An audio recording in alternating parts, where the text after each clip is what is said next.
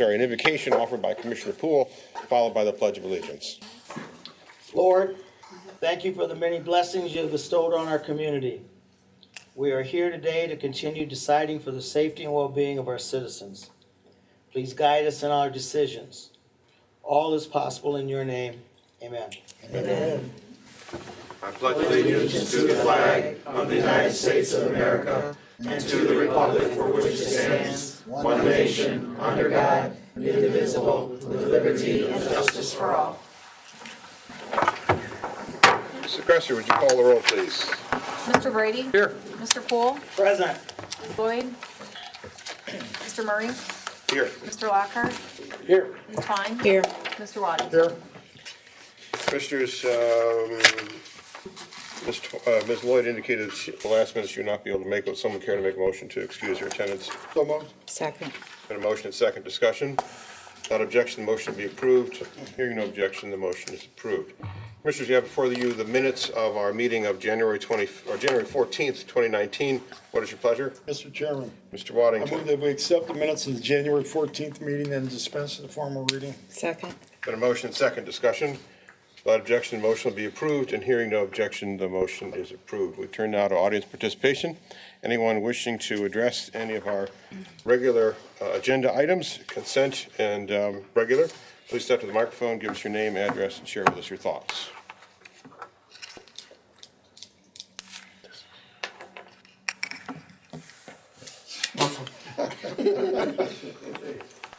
Everybody pushed me this way. I guess I get to start. Well, these are, Mr. Nichols, are these on the agenda, the various pieces of legislation we have this evening? Yes. Oh, very good, thank you.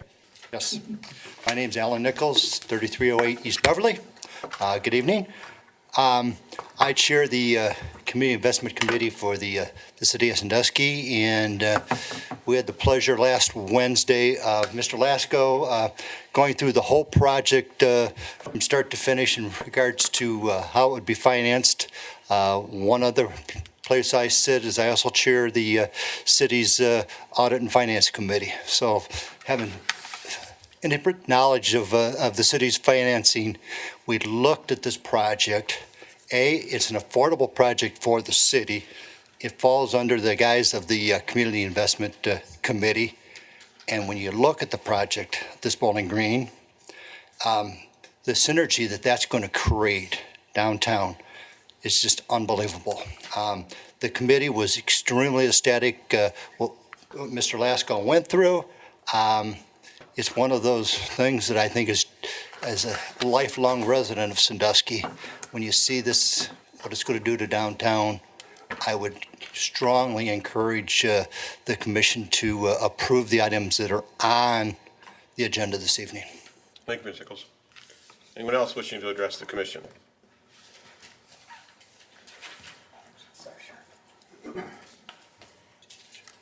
Sharon Johnson, 1139 Fifth Street. I have some concerns with the Bowling Green project with some of the financing here. One is the resort. The city is selling the land, the farmer's market land there, for $250,000 to Resort LLC, which is Marouse. This is $1 million grant altogether. $660,000 is coming out of the Economic Development Fund, Issue 8, and the $340,000 is coming out of the Real Estate Fund. So, the $250,000 the city's going to get from the sale of the land will go into the Real Estate Fund. Now, we're going to turn around, the city's going to turn around and give $250,000 back to Resort LLC in a grant, plus $90,000 more from the Real Estate Fund, making it $340,000. So in essence, we gave them the land. Okay, the second one here is the grant is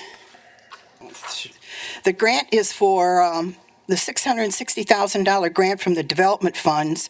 That's going to be on a 3-year increment basis. I'm very concerned about the financing of this because we are lending the money out, giving the money away over a 3-year period that we don't even have yet. We're banking on having that money. I don't know how this city runs like that. And for this $1 million, the supporting documents state, I asked, what's this for? What's the $1 million grant for? They said, it's for construction. I said, are you sure it's not for rent subsidies? They said, yes. But then I saw a paragraph in Marusa's documents that read this. Challenge to providing new sustainable mixed-use project are the current rental rates in Sandusky that do not support a sufficient return to justify cost and benefits of new construction downtown. Therefore, do not make the project economically feasible without requested City of Sandusky Economic Development Grant incentive requested herein. That sounds like we are going to subsidize rent, and I would like to have that clarified. Thank you. Thank you, Ms. Johnson.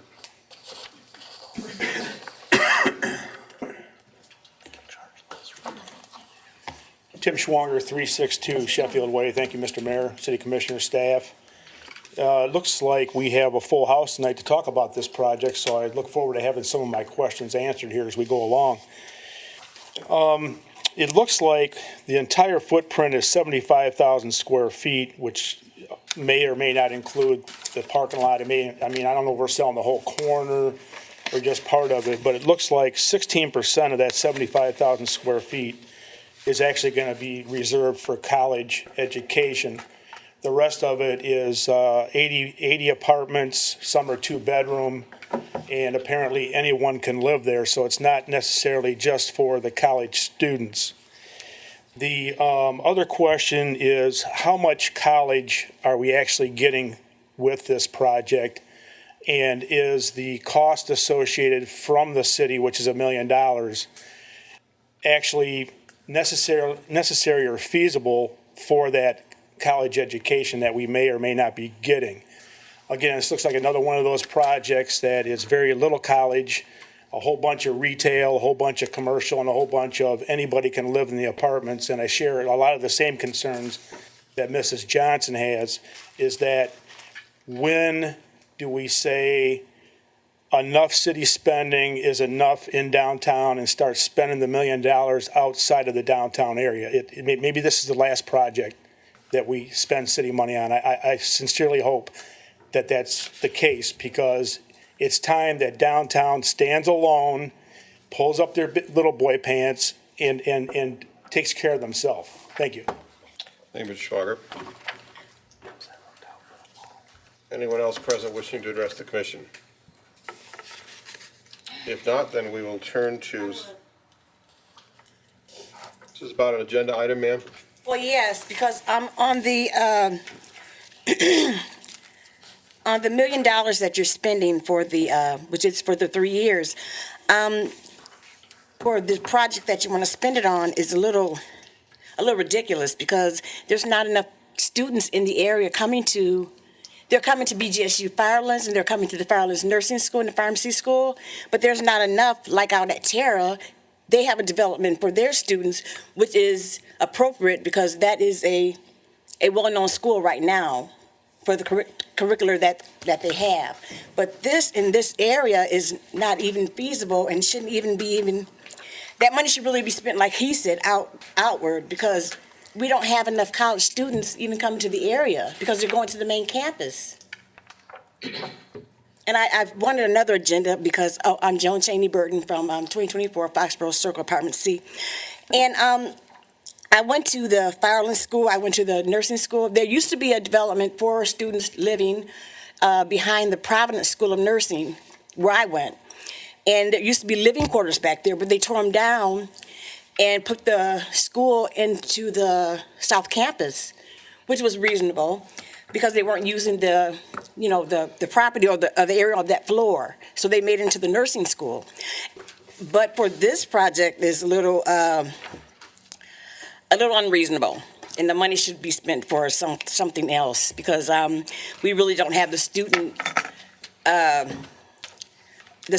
increase or the student majority that are even going here. They're going to the main campus or they're going out of the area. There's not an influx into the area at all. So that's what I want to say. Thank you, ma'am. Anyone else present? And we will turn to several presentations that we have. The first one is by Mackenzie Spriggs and Bill Siemens, alternatively the Director of the Bicentennial Commission and the Executive, or the Chairman, I should say, of the Bicentennial Commission. It's great to see you here again. Such a wonderful year of remembrance and celebration, looking forward, and you're such a huge part of that. We're delighted to have you here to make a presentation and kind of recap it all. Thank you so much. Good evening, Commission President and members of the Commission and the audience. It is a full house tonight, which is exciting to see. I will note that Bill couldn't be here with me tonight, but we'll get into that a little bit later. So just before we dive too quickly into 2019, we wanted to take a quick look back and kind of remember what had just happened and the momentum so that we can keep it up this year and much further into the future. I do have quite a few slides and photos, but we'll go through them quickly.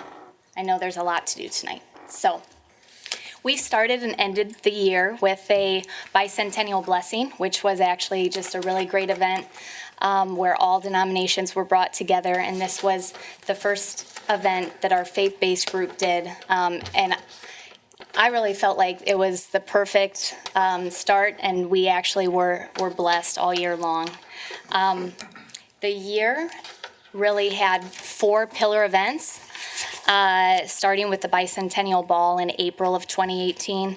At this event, 800 people came to the Cedar Point Ballroom. It was immaculate. And I think we did them homage by dancing. I'm sure the way people danced when Betty Goodman was there, and numerous other the big band era events. So that was the first pillar event. Moving on was the Festival of Sail in July of 2018. I think most people would agree that the duck stole the show, but that 62-foot tall character made his way onto the Weather Channel and news stations from Cleveland to Toledo and much farther beyond. We were really proud, basically, of the spotlight that put on Sandusky, showing people what type of events could happen here. And then in the evening was something kind of unique with the evening concerts, which were free. So pictured here is Robert Randolph and the Family Band and the Wailers.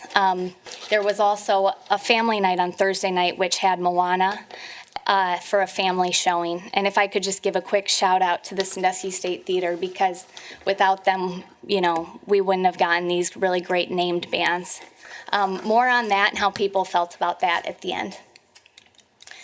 Then our next weekend was really centered around Sandusky Pride with the Founders Weekend.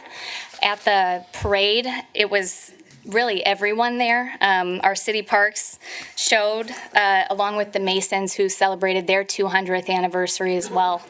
But it wasn't just them. It was churches and longtime institutions and businesses. And there were some really great ones that just stood out. There was an 1818 sculpture, which was produced by Luco. The Sandusky Register had a really great float that had the biggest events of the last 200 years, which was pretty cool to see. And Gunlock Sheet Metal did, I think, an 8-foot tall Tin Man. So people got really creative and made it. There were also kids from all over, whether they were from Sandusky or elsewhere. I think we had 5 area bands, so it wasn't just Sandusky, but we invited people here with Margaretta and Perkins and others. And then that Sunday, we had another concert on the waterfront where we had a couple thousand people come down and see the Fireland Symphony Orchestra. Again, the high school bands participated in that, along with Dan May and gospel singers. And that was a really great event with a nightcap of a great fireworks show. Moving on, we thought that the bicentennial would be a really good year to explore the shoulder season of Sandusky, which we often hear about. So pictured here was our go at a Christmas market, affectionately called the Burzar. And we had about 30 artisan vendors come on out. And then on the right, we have some really handsome men in Sandusky, I'm proud to say, that are capable of growing great facial hair. The Beard Centennial Contest happened, and that was in homage to the 1968 Brothers of the Bush contest. But it wasn't really just about the pillar events. It was about lots more than that, and looking back. So one of the really important things was making sure that our history was really proudly discussed and talked about. And I'm really proud to say that every historical institution and museum participated in this. So pictured here is a walking tour. We had, on average, between 75 and 200 people attend those, and that happened on Wednesday night at 6 p.m. So there was a real appetite for people to hear about Sandusky, and people showed up. Then also pictured was one of our bicentennial banter history talks. This one was with the Sandusky NAACP and the Sandusky First series, which highlighted the first Black Sanduskians to have certain positions or do certain things, which I'd like to give a shout out to Chief Wilcox. He was honored there for being our first Black Black police chief, which was really cool to be part of. My mistake. But it wasn't just about history, right? It was about the now and the today. And so our community involvement committee was really robust, and it included leaders from the youth, the schools and youth organizations. It was leaders of arts and culture groups and faith-based groups and even fitness. We wanted to really meet people where they were at. So just two of my favorite projects. Every sixth grader was invited to Cedar Point free of charge. So one of my favorite work days this year was being a chaperone. And I was here, well, this picture was actually with a Mills sixth grade class, but they got a behind the scenes tour of Cedar Point from Jason McClure and his staff over there. And it was a really great day to incorporate both the curriculum and what we have to be proud of in our city. And then the Love Letters from Sandusky project, which even some of you wrote letters to, which kind of just got to say why you love Sandusky. And I'm really excited that some of these are going in the time capsule that's going to be produced later. So as you walked around Sandusky, you kind of felt that something was going on. You could see the mound in Washington Park, or you could walk by and see flags at businesses or people's homes. It was discussed really broadly too. So I felt like every couple days Andy would be messaging me about a bicentennial event, and it was every couple days that you saw something in the register, and even Mix 102.7 called themselves the official bicentennial radio station. So we tried to really make sure that the word was out there and that people got a feeling that this was a really special year for us.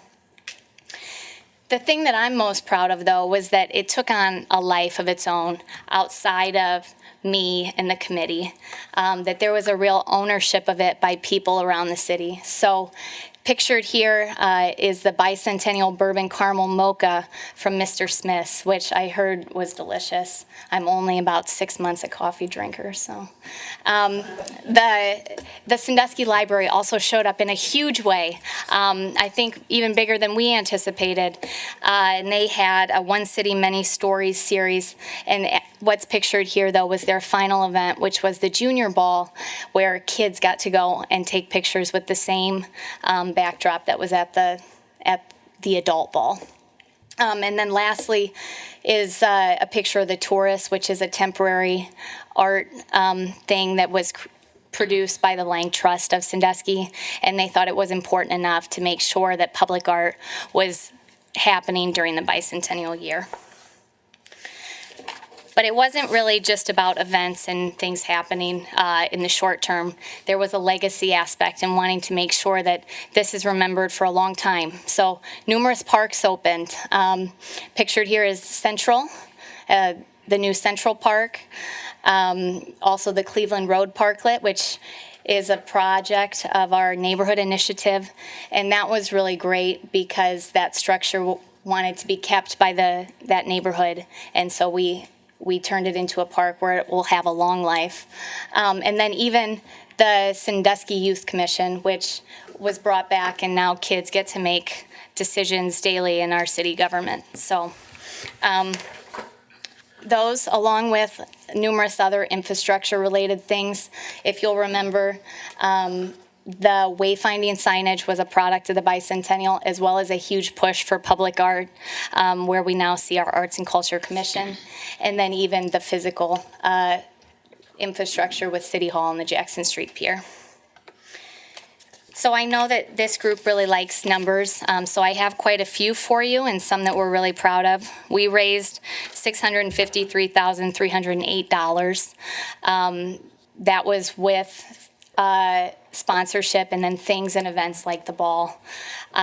We put out and asked many times for people to tell us how they felt about things, and for feedback. So for example, we had a storefront competition in downtown Sandusky as part of that winter kickoff festival. We had 648 submissions for that one survey where people were asked what their favorite storefront was, which ended up being Daly's. We put out numerous other surveys right after the Festival of Sale to the downtown merchants. An event space that it was desired came out of that, with 82% of respondents choosing the option that said, quote, "I can't imagine it anywhere else," end quote. They liked things like it brought people to Sandusky and increased foot traffic. Those were common things that we heard. And then most recently, we put out a survey basically asking people how they felt about the bicentennial year, which 136 people responded to and gave an overall of 4.5 stars. Some of the things that we heard most loudly were that 79% of people that took that survey wanted continued concerts, and then other people especially noted on the waterfront. Other high-ranking events that came out of that were festivals, arts and culture events, and fireworks.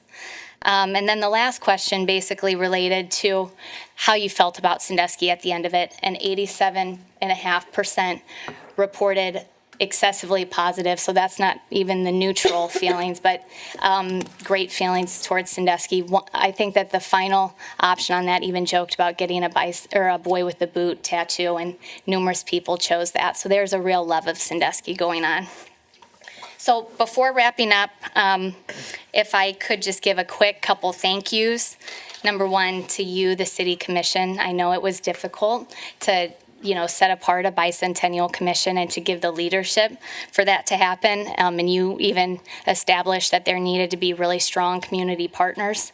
So thank you to all of you. To Commissioner Murray, who ran in 2013 and announced the bicentennial then. That was kind of fun and really kicked it off. As well, city staff were a huge part of every single event, and the community and the partners. And then lastly, Bill couldn't be here with me tonight, but I do have several Bicentennial Commission members, and it was really lovely to serve with all of you guys. If I could just introduce them, I have Jim Miller, who oversaw our History Committee, and he also made sure that our meetings didn't go over an hour. Lee Alexikos, who was really a bulldog from a negotiation standpoint and was my partner in crime there. Molly Carver, she was super pragmatic, always thinking about, were we targeting everybody? Were we getting the word out there the right way? And then Mr. John Bacon, who served on the committee, and had a really great idea that babies needed to be involved, and then used his Firelands cap to say that we should have a bicentennial babies with the booties, which ended up happening with them. So if I could just end with that the bicentennial, while the year's over, the feelings don't have to end. And we obviously saw that through collaboration, we can do much bigger things. So to everybody, let's just keep putting on these big events. You guys keep on showing up, and we can really keep that spirit alive. Thank you. Kenzie.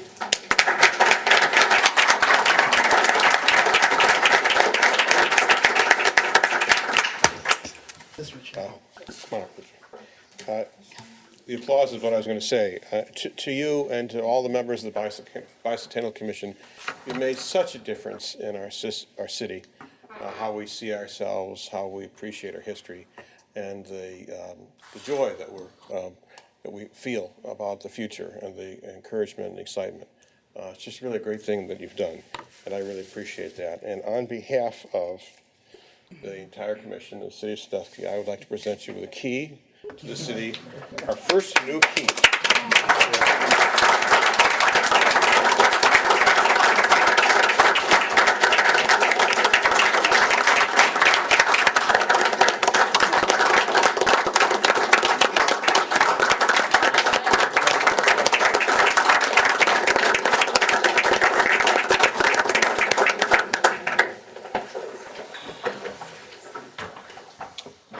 Well, that was unexpected.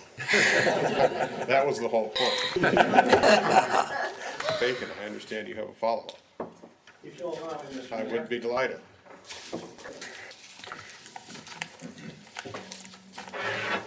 Have a seat.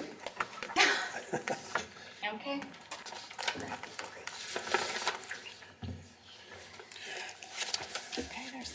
I am very happy to represent the Bicentennial Commission.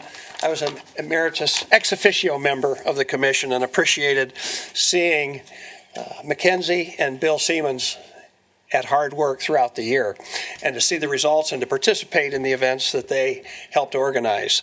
A call went out late in the year to say, what can we do to remind them of what they've done for all of us?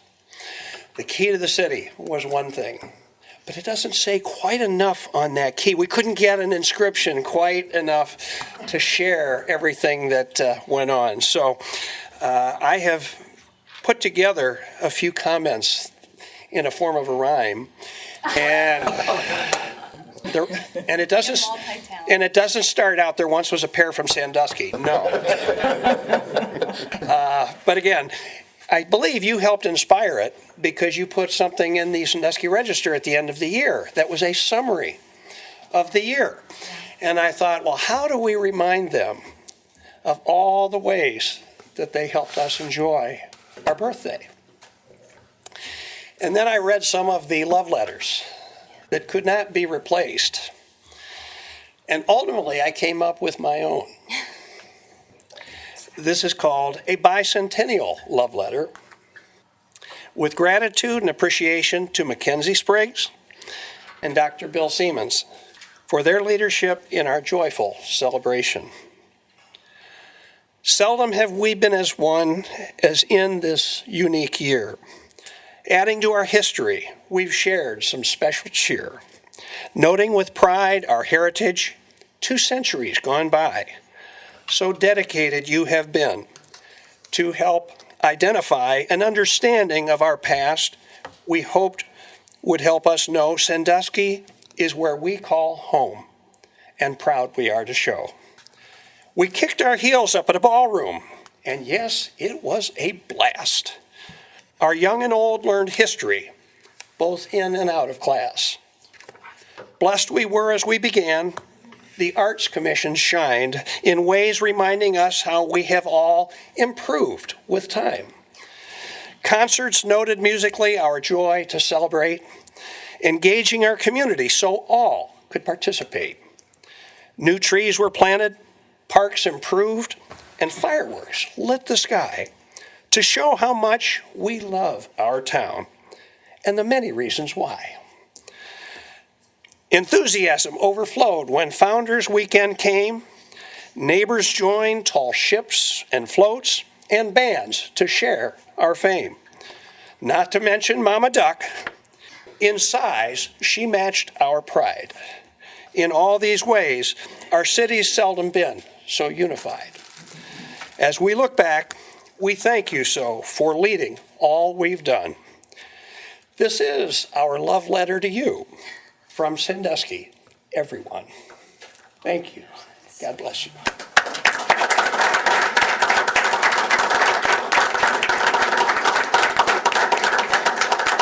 Now, we have a little memento since you probably won't remember all that I just said. I don't get to keep a copy. Yes, you do. Oh, nice. Very nice. And if you'll look, first letter of each line, if you go down the left side of the page, spells Sandusky Bicentennial. Oh, You're clever. So, in and out, Mackenzie, thank you. Please tell Dr. Seamus what he missed. One for him too. Thank you, guys. And thanks to all our fellow commission members for having the fun that we had throughout the year. Thank you. Thanks, John.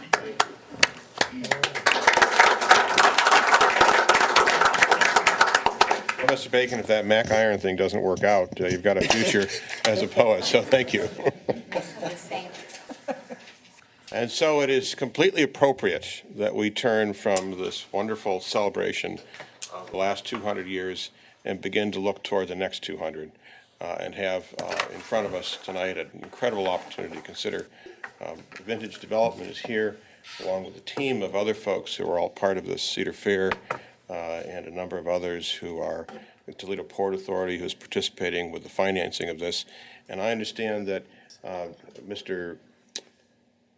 had the name right down here, and I apologize. Mr. Norm Beek is here to make a presentation initially, but I understand there are several members of the team who will be presenting.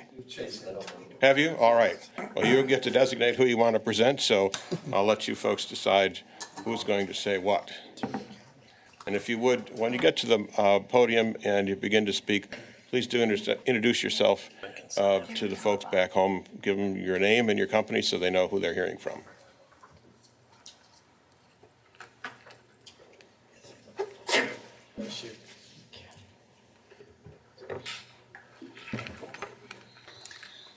Mike MERS Development Group. So tonight here, we're here to talk about Cedar Fair Resort Management School and Bowling Green University. But the bigger story here is that this is a monumental moment for the city of Sandusky. We have Cedar Fair as a community partner, and they've committed themselves to being in downtown Sandusky and to bring students with BGSU and liven up our downtown even more with the momentum we already have. And we are just so thankful that we have Cedar Fair here and that they're going to make this commitment. This is their commitment. They could go anywhere in the country. They chose Sandusky because they are committed here and are here for the long term.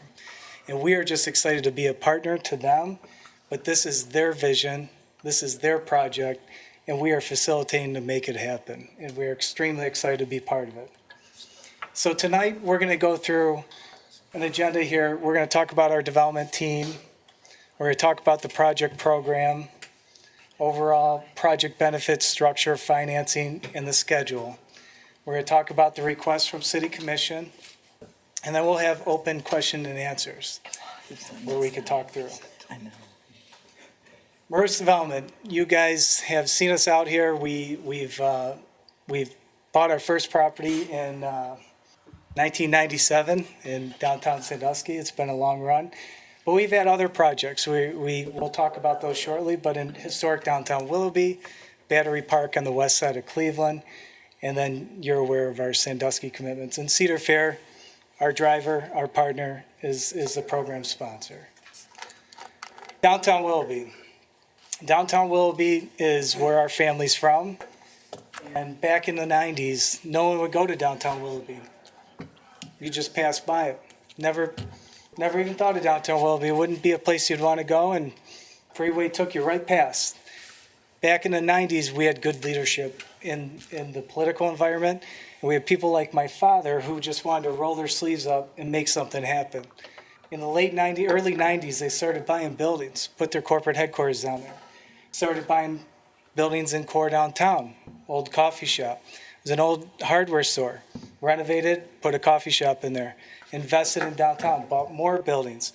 Watched the vision turn into reality. This is a destination place today. Not sure if anyone's been there, but people go there. They go out of their way to go there to be part of the city. It's really turned a course. It's amazing, and you have to have vision and good political leadership to make that happen, and we have both of those. I think I spent times in the weekends sweeping the floor. We laugh with sleeping in the streets with the mayor and councilman because it took that kind of commitment to bring a city back, and we understand that. Battery Park, same scenario, west side of Cleveland. Industrial area, on the bluff, on the lakefront of Edgewater Park. Battery Park, Eveready Battery was there for about 100 years. 13-acre site right on the lake. They left in 1980, left a whole neighborhood in shambles. We got a call from the leadership, political leadership in that town. Look at these buildings. You do historic renovation. Yes, we do. No, we could do something bigger, something better.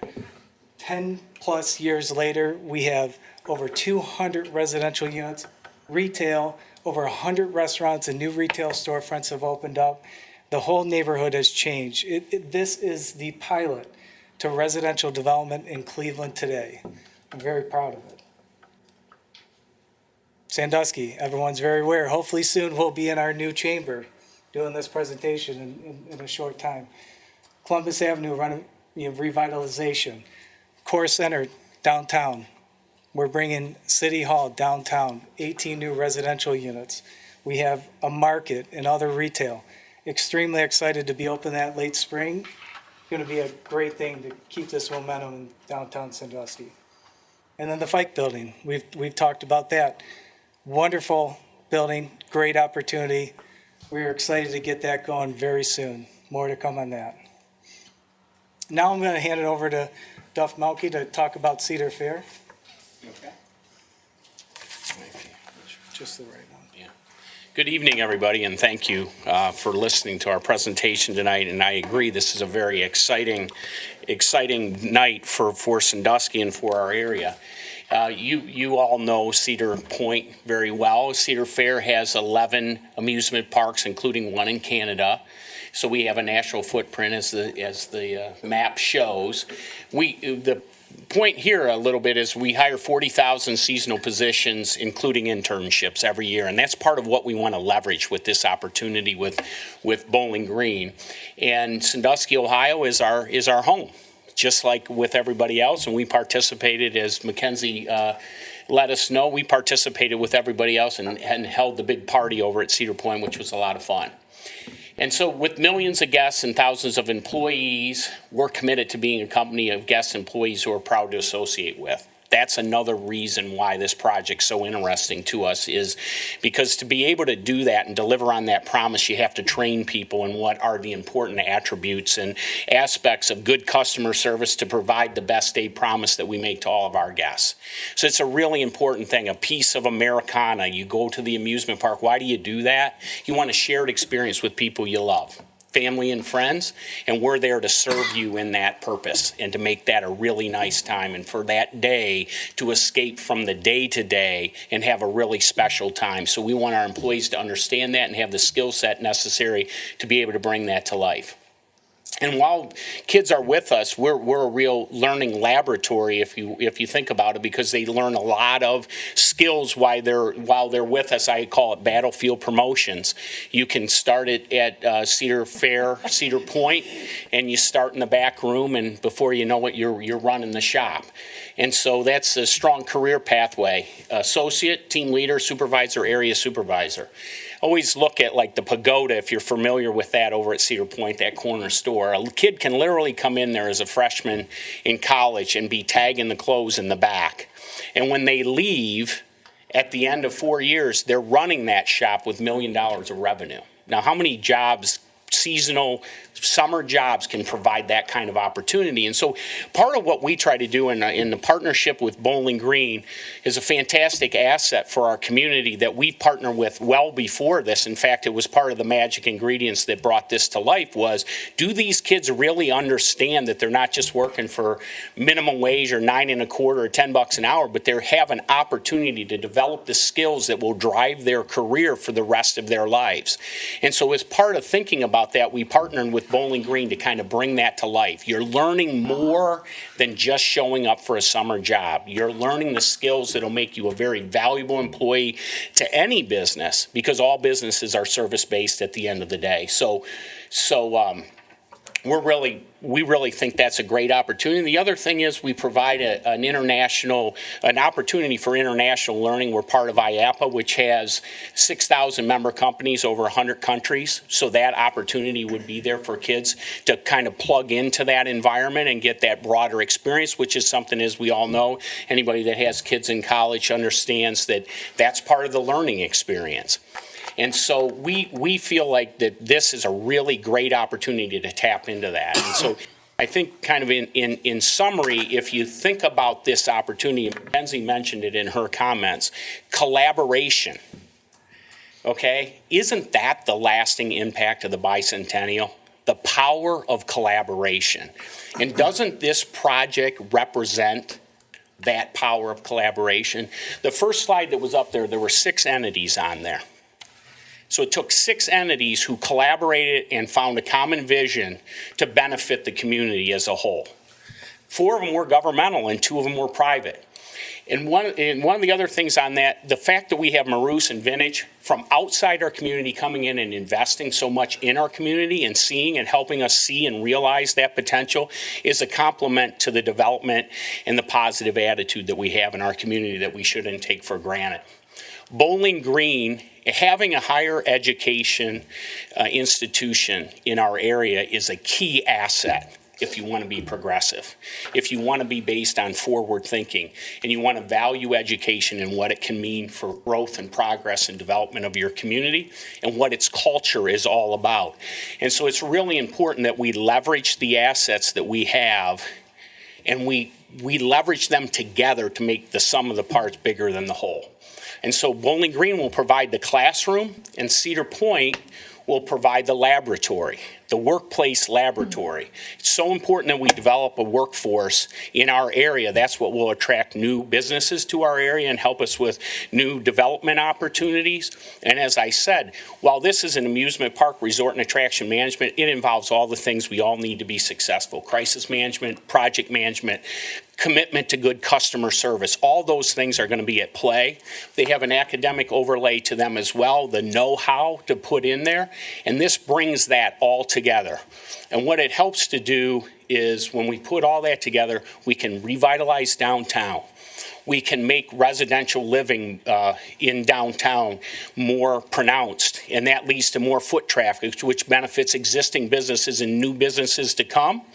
And it allows us to move toward the future based on assets that already exist in our community through the power of the collaboration amongst those assets. And so with all that in mind, Cedar Fair is very excited about lending its hand and its laboratory to this project to work with so many great partners, and we really appreciate the city commission and the leadership of the city in bringing this to life, because really it took a lot of work from the city to keep charging along and believing.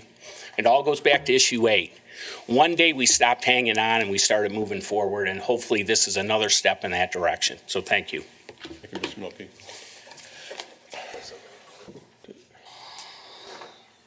Dean, do you have something to present as well, I assume? Yeah, Nope. Andy from Bowling Green University is going to come up and talk about the program. Hi, I'm Andy Kurtz. I'm the dean at BGSU Firelands.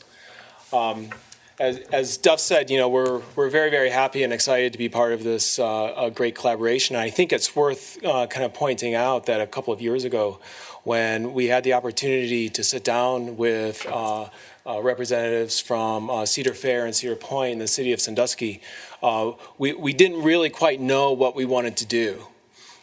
We sat down with an open mind and just started talking, but we knew that this was important enough, and that our partnership could potentially be strong enough, and that BGSU in particular had roots deep enough in the city of Sandusky that we had to do something.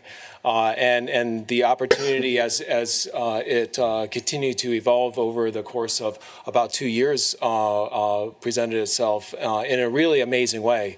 One of the things that I think is really important to think about when we're talking about the actual curriculum that will be housed within this facility is that, in fact, there is only one other program that is vaguely similar to it in the entire United States, and only a handful, maybe less than 5 programs in the world that are direct feeders to the at the managerial level to the industry that Duff is in and that others. And it's a multi-billion-dollar industry encompassing many hundreds of parks and resorts and attractions. So the program itself, as kind of laid out in this slide, I think is that BGSU receives $800,000 program funding grant from the state of Ohio that's been legislated. Cedar Fair provides additional program underwriting and jobs. The underwriting through Cedar Fair and the support that Cedar Fair will provide obviously will be in those high impact learning experiences that our students will receive at Cedar Point and in fact at other Cedar Fair parks. The co-op program is going to be probably the cornerstone. Students will take 2 co-ops at an increasing managerial kind of skill, starting out in their the summer prior to their junior year. Students will complete a co-op and then will apply to the program. And this co-op prior to their junior year will be like an extended job interview. We'll see at that point that the student has the business acumen and the kind of expertise at that level to become successful in this program. As we'll see in the presentation, the facility will contain active learning environments. We will require close student collaboration, as you would expect in an applied program such as this. And then obviously the facility is the residential apartments up above the classroom facility on the first floor. One of the things that I do want to point out, because sometimes in the discussion about the facility, the program itself gets maybe a little lost. This is and as I sort of suggested, this is a 2-year program. It is a junior to senior program. Students will do their first 2 years at BGSU Firelands, and anywhere else, including internationally, and then come to us as juniors and complete their last 2 years as part of the program. As I said, the program has two co-ops built into it. But one of the really interesting things about the program is that the calendar will be very different from a regular academic year.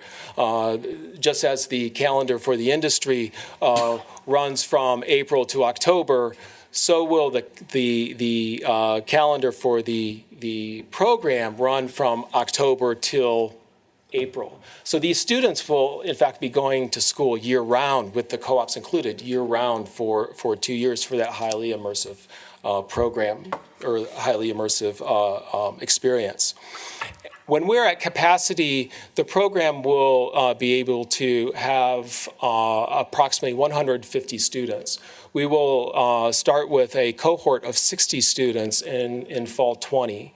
And so we are actually in kind of a quiet recruitment phase right now with support from Cedar Point and Cedar Fair, getting the word out about the program. The program is still undergoing approval at the state level. It has passed through all the university approval processes, including the Board of Trustees. We're awaiting approval at the Ohio Department of Higher Education, and will then be approved through our accrediting body and ready for students fall 20. So with that, and then I'm happy to answer any questions during the Q&A period. Thanks. Thank you, Dean. The project, it's a true mixed-use project, 78,000 square feet, over $13 million of investment.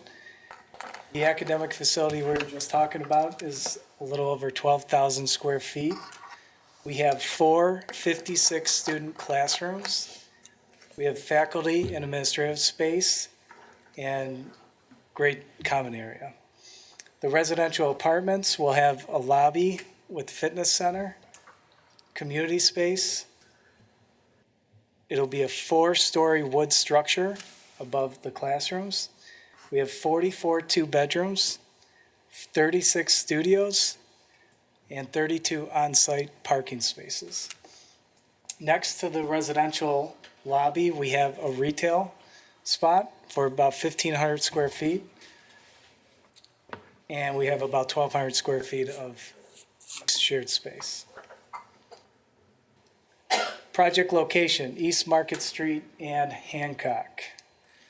The building is placed in an L shape facing East Market Street coming down Hancock. There's the project site now, is the parking lot. This is the structure. What this structure is, it's going to be a podium, which is a concrete podium. It has 4 stories of wood, so it'll be a 5-story building. The building has masonry and European panels. A lot of glass, a lot of windows. The academic facility, again, it's a 4-classroom, 56 student per classroom, and facilities and administrative space for the faculty. This is the space for the classrooms and the facility. You come off of East Market, you walk in through the front lobby, and the classrooms are to the west. Back area is faculty and meeting rooms, and that's on the 1st floor of the building.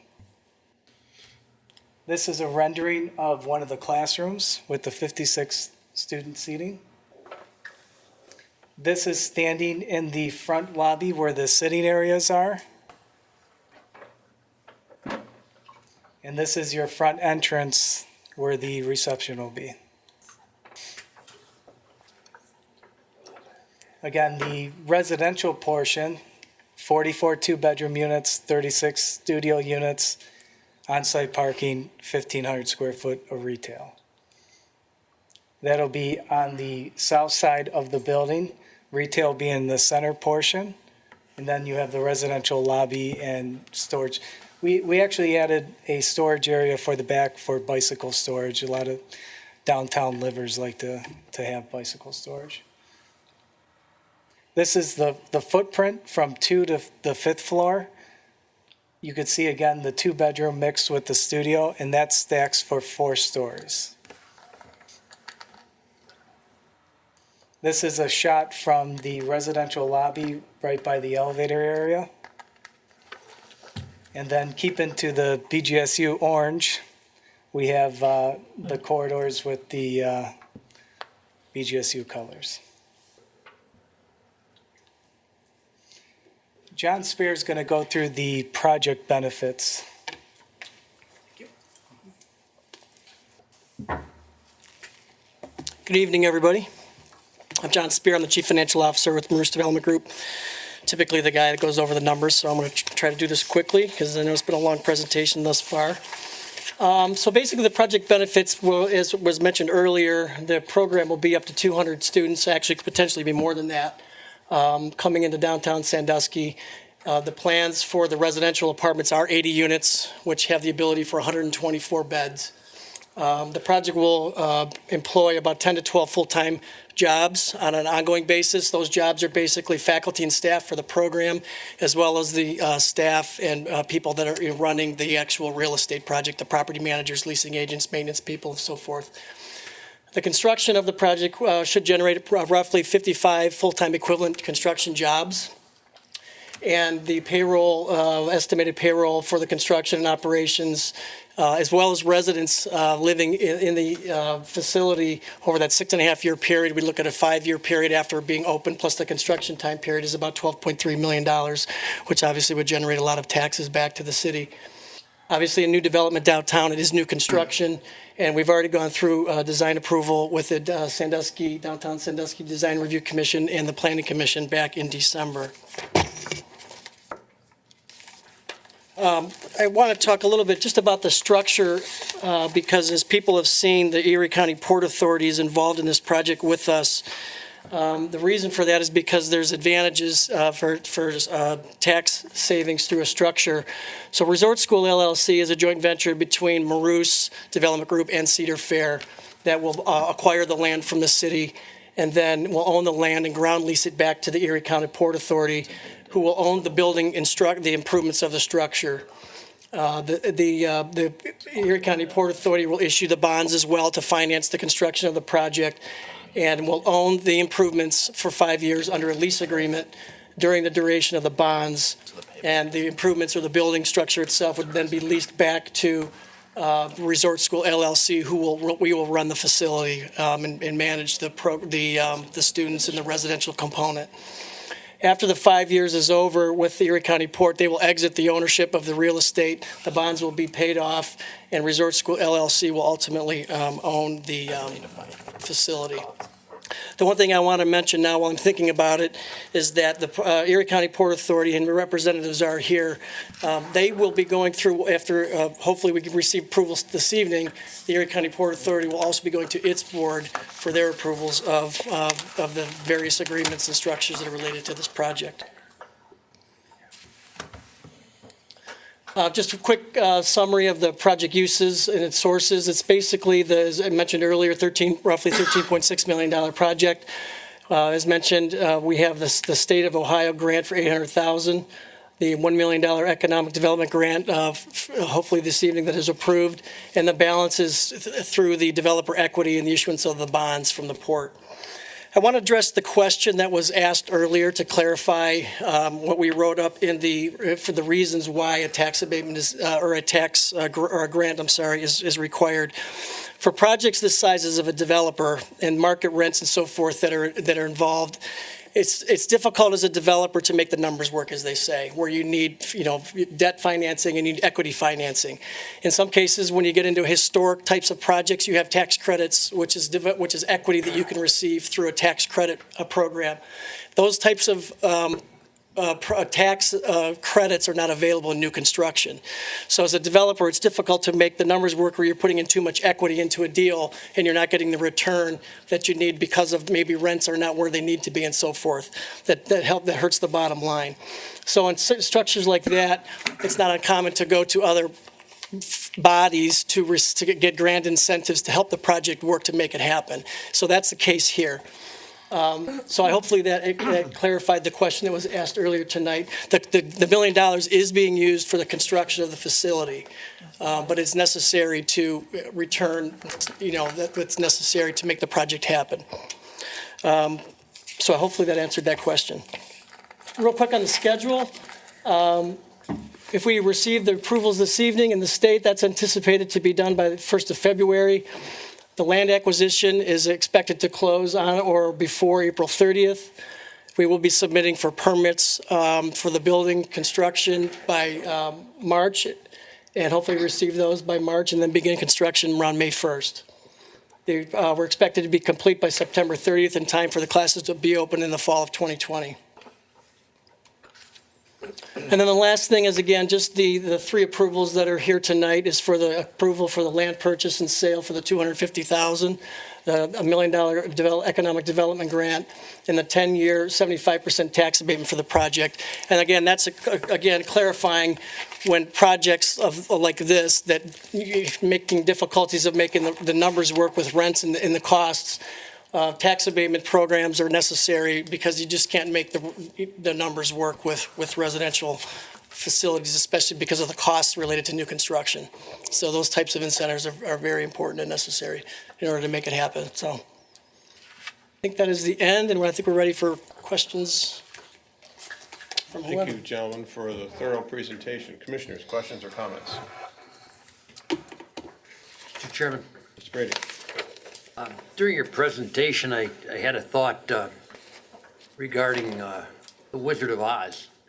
And when Dorothy said to Toto, "We are no longer in Kansas, are we?" I think this is big time. We are no longer in Kansas and Sandusky. This is as good and as big as it gets.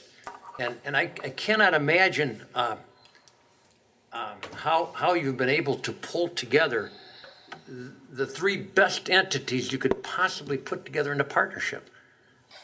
Bowling Green University, the Marous Brothers, and Cedar Fair.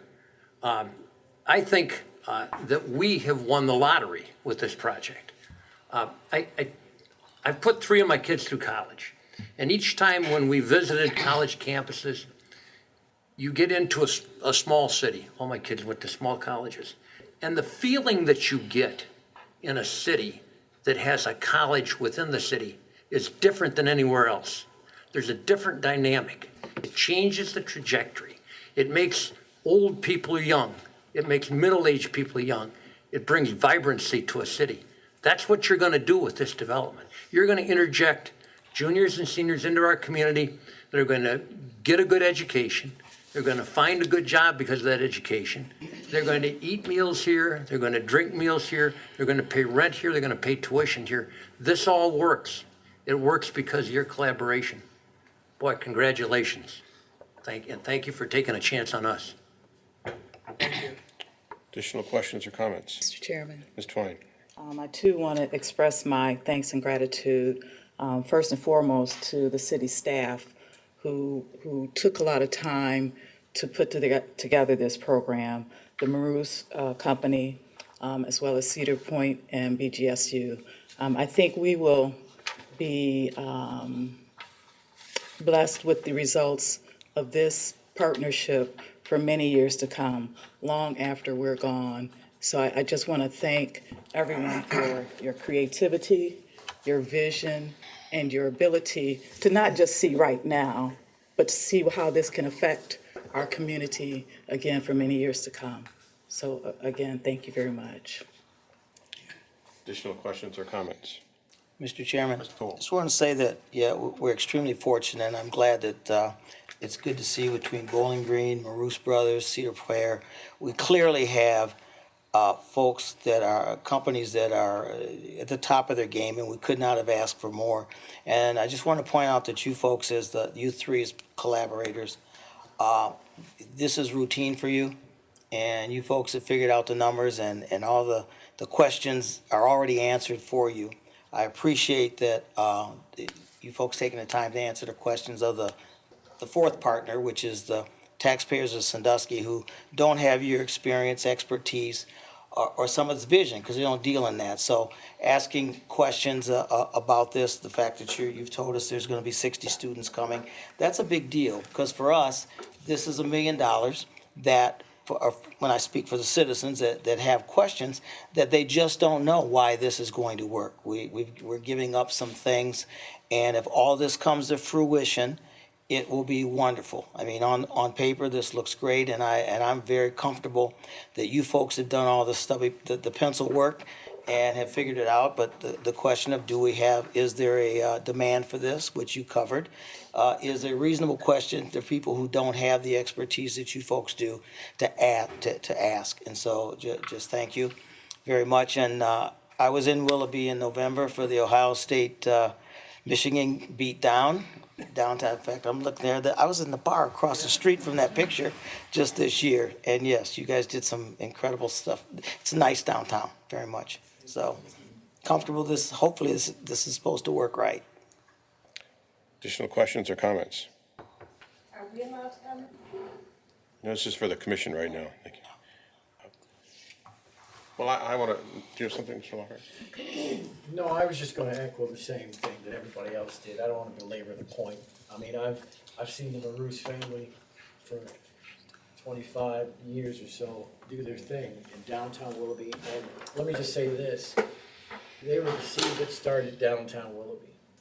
You know, they believed in a project that others didn't believe in. I think even parts of your family didn't quite, believe that it could be done, but Chip, his son, and them they started something there at the building that used to be, I think it was an old factory, whatever it was, and it was amazing then, and I got to see that. And seeing this now is even more amazing, and seeing Battery Park. So now I can see the genesis here at the turn of our bicentennial, which makes it excellent for us. It's like a phoenix rising up, and so I'm really happy that Cedar Point and the Bruce Brothers and everybody else is involved in it.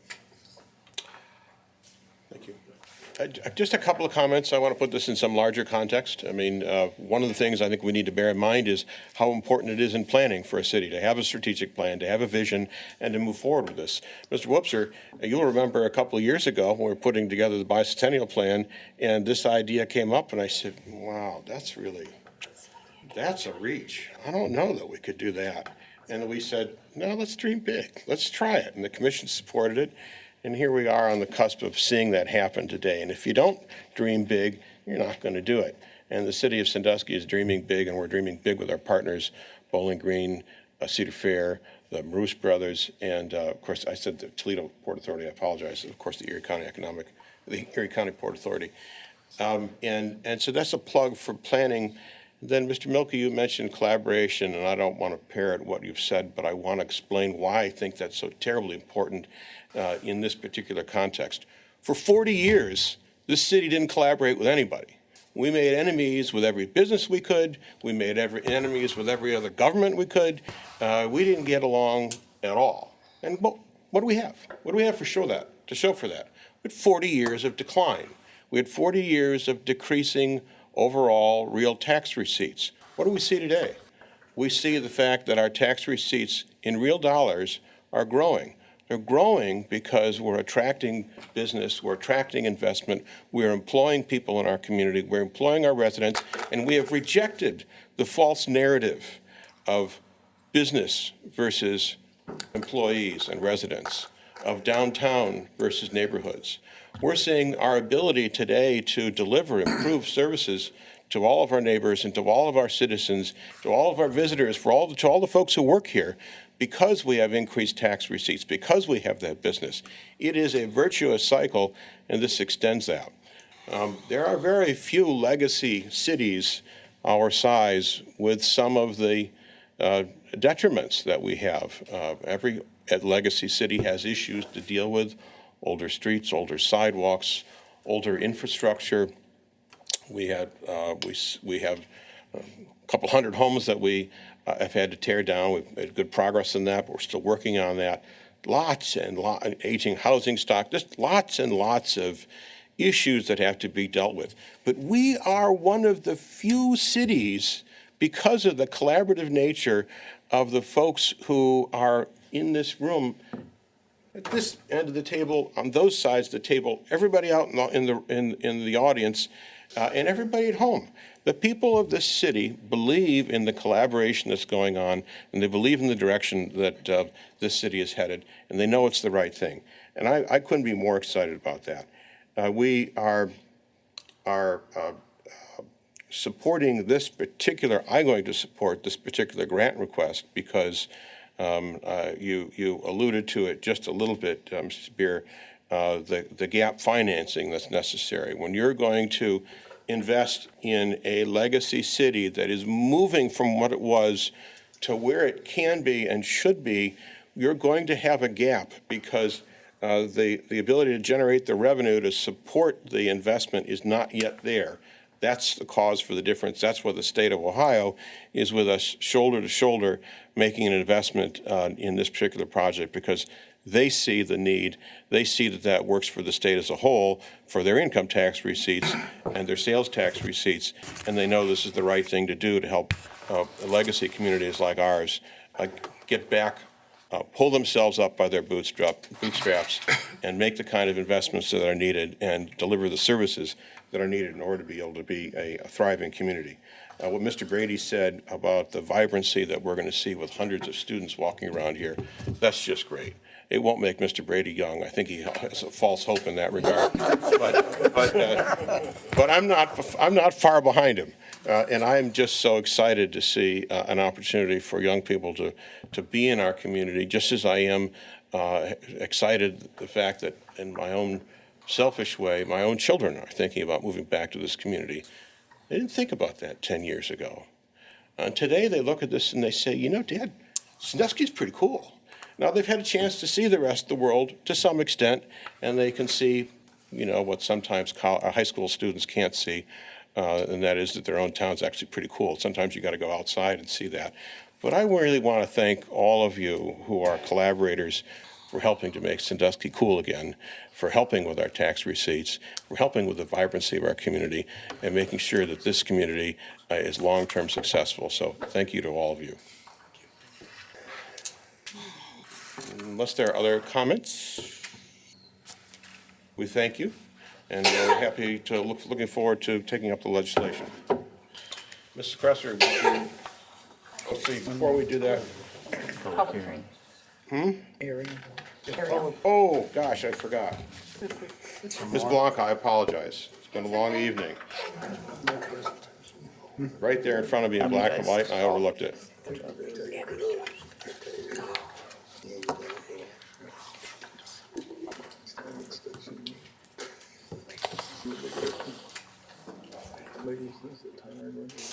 Thank you, Mr. President, members of commission. The City of Sandusky intends to submit to the U.S. Department of Housing and Urban Development under the Community Development Block Grant Program a substantial amendment to its fiscal year 2018 annual action plan. The amendment is to increase the clearance and demolition activity from $162,337.76 to $287,337.76. This is a $125,000 increase that will come from the current Economic Development Revolving Loan Fund. The city normally completes 2 rounds of demolitions throughout the program year.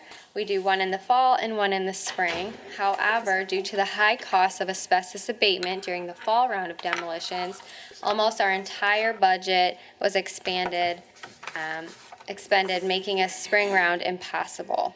As part of the city's CDBG public participation process, the Consolidated Plan Advisory Committee met on December 20th, 2018 to review and approve of the proposed amendment to the action plan. While the city was only asking for an increase of $100,000, the CPAC committee members voted to increase the budget to $125,000 in order for the city to complete more demolitions. Thank you. Thank you. This is a public hearing. First, any questions from the commissioners? Again, it's a public hearing. Anyone wishing to make a comment, please step to the microphone and share with us your thoughts. Did you just make a mistake? You said 225,000 instead of 120. Sorry, did I say? I meant 125,000. If I must have missed something there. Okay, Sharon Johnson, 1139 5th Street. This is a little difficult to understand this money business here, but I'm for taking down more houses, and we're going to get $125,000 to do that. However, I do think this is maybe poor timing because in a few weeks, I'm on the CDBG committee, and in a few weeks, we're going to hammer out the budget. So I was hoping that we could wait until we see how much we're going to allow for more demos in that budget before we kind of jump the gun and give $125,000 out. This is truly what this is going for in the spring for more houses, and we don't even have a list of the houses. We don't have a list here of the houses. We were never presented a list that the houses you're going to take down in the springtime. If you're truly going to use that money for that, fine. But I was hoping to wait until we hammered out our budget. And it sounds to me like you ran out of some money. They tell me the contractor was paid. He didn't run over his budget. He got all the houses down, but I'm still not understanding this. So, thank you. Thank you, Ms. Johnson. Anyone else? Thank you, Mr. Mayor. Just one question on this program. Can I get an answer on whether or not the real estate development fund that we're using tonight for the Maroos project, is that fund also available to be transferred over to the demolition fund for vacant structures and in buildings and houses.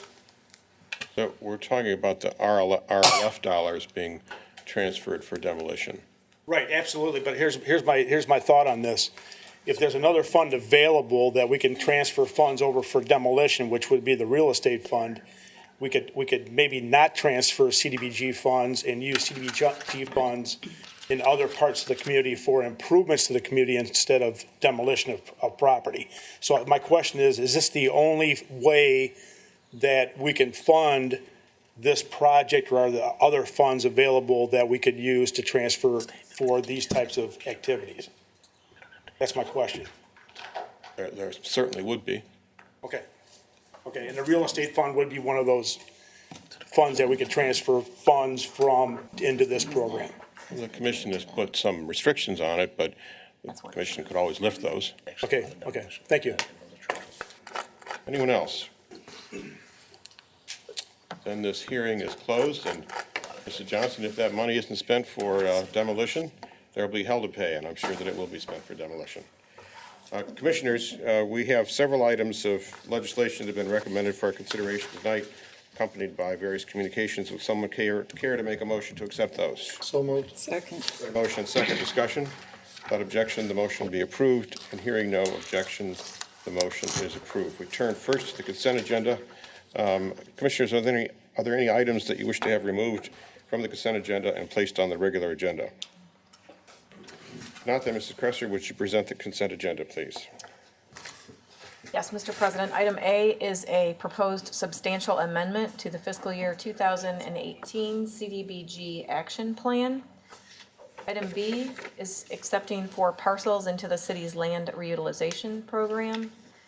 Item C is payment for the annual subscription with Insight Public Sector for Office 365. Item D is authorization to dispose of property via internet sales for calendar year 2019. And item E is a stock transfer only for a liquor permit for MTL Incorporated doing business as Berardi's Family Kitchen. Commissioners, having heard these communications, how do you wish to proceed? Mr. Chairman. Mr. Waddington. I make a motion to accept the consent agenda items A, B, C, D, E as presented to the city commission on the consent agenda and shall take effect in accordance with the section reflected in the ordinance and our resolutions, whether it be in accordance with section 13 or section 14 of the city charter. Second. Been a motion and second discussion.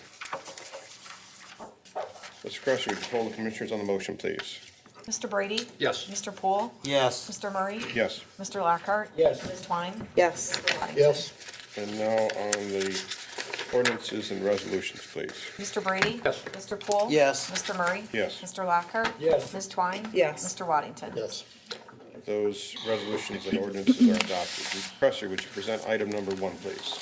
Yes, item number 1 is an ordinance declaring that certain real property owned by the city and located at 250 East Market Street, identified as parcel number 56-64051.000, is no longer needed for any municipal purpose, and authorizing and directing the city manager to enter into an agreement to sell the designated real property to Resort School LLC, and declaring that this ordinance shall take immediate effect in accordance with section 14 of the city charter. Commissioners, having heard this communication, how do you wish to proceed? Mr. Chairman, Ms. Twine. I move for the adoption of this ordinance under the suspension of the rules in full accordance with section 14 of the city charter. Second. Then a motion and second discussion. Chairman. Lockhart. Somebody brought this to my attention. The only thing is that municipal property is limited. You get what you get for the most part. And so selling a municipal property is always a touchy subject. And why as opposed to a lease, is this a sale? If somebody can kind of make a comment on that. Through the commission president to Commissioner Lockhart, looking back to the Bicentennial Vision Master Plan, we looked hard at city-owned property throughout the city and actually recommended specifically several underutilized properties for redevelopment. And so if you look at that plan, which was adopted unanimously by the Bicentennial Commission and then ultimately the City Planning Commission and the City Commission, this parcel was recommended for some type of redevelopment. It was the home of the farmer's market, but they're actually excited about the move to Washington Row this year to put them in a slightly more central relocation. Other than that, it basically sits empty. I walk by it nearly almost every day. And so we saw this as underutilized property, and ultimately we thought, and Matt can get into specifics of why sale or lease, but we also have denoted one of the books that we've been reading that we talked to the Planning Commission about is Walkable City, and ultimately one of the primary recommendations for that of becoming a more walkable city is to take underutilized parking lots on the edge of your downtown and to turn them into centers of activity. And so we feel the best thinking in city planning is recommending this type of use. Our own comprehensive plan has recommended this type of use. And ultimately, this, in our minds, was a perfect use to try to activate one of those underutilized parking lots.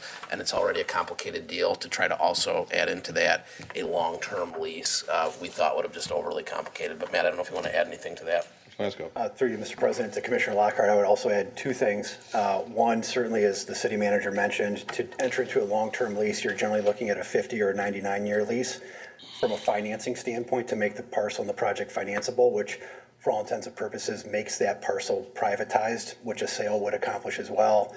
And albeit in different locations, between our acquisition and demolition of industrial and commercial property, in addition to what we acquired through the land bank, we've actually probably added 20 acres over the last 3 years. Then it's a net increase of 20 acres, albeit there's differences in location and viability, but we've actually been in an acquisition mode as opposed to a disposition mode over the last couple of years, which I would just add as well.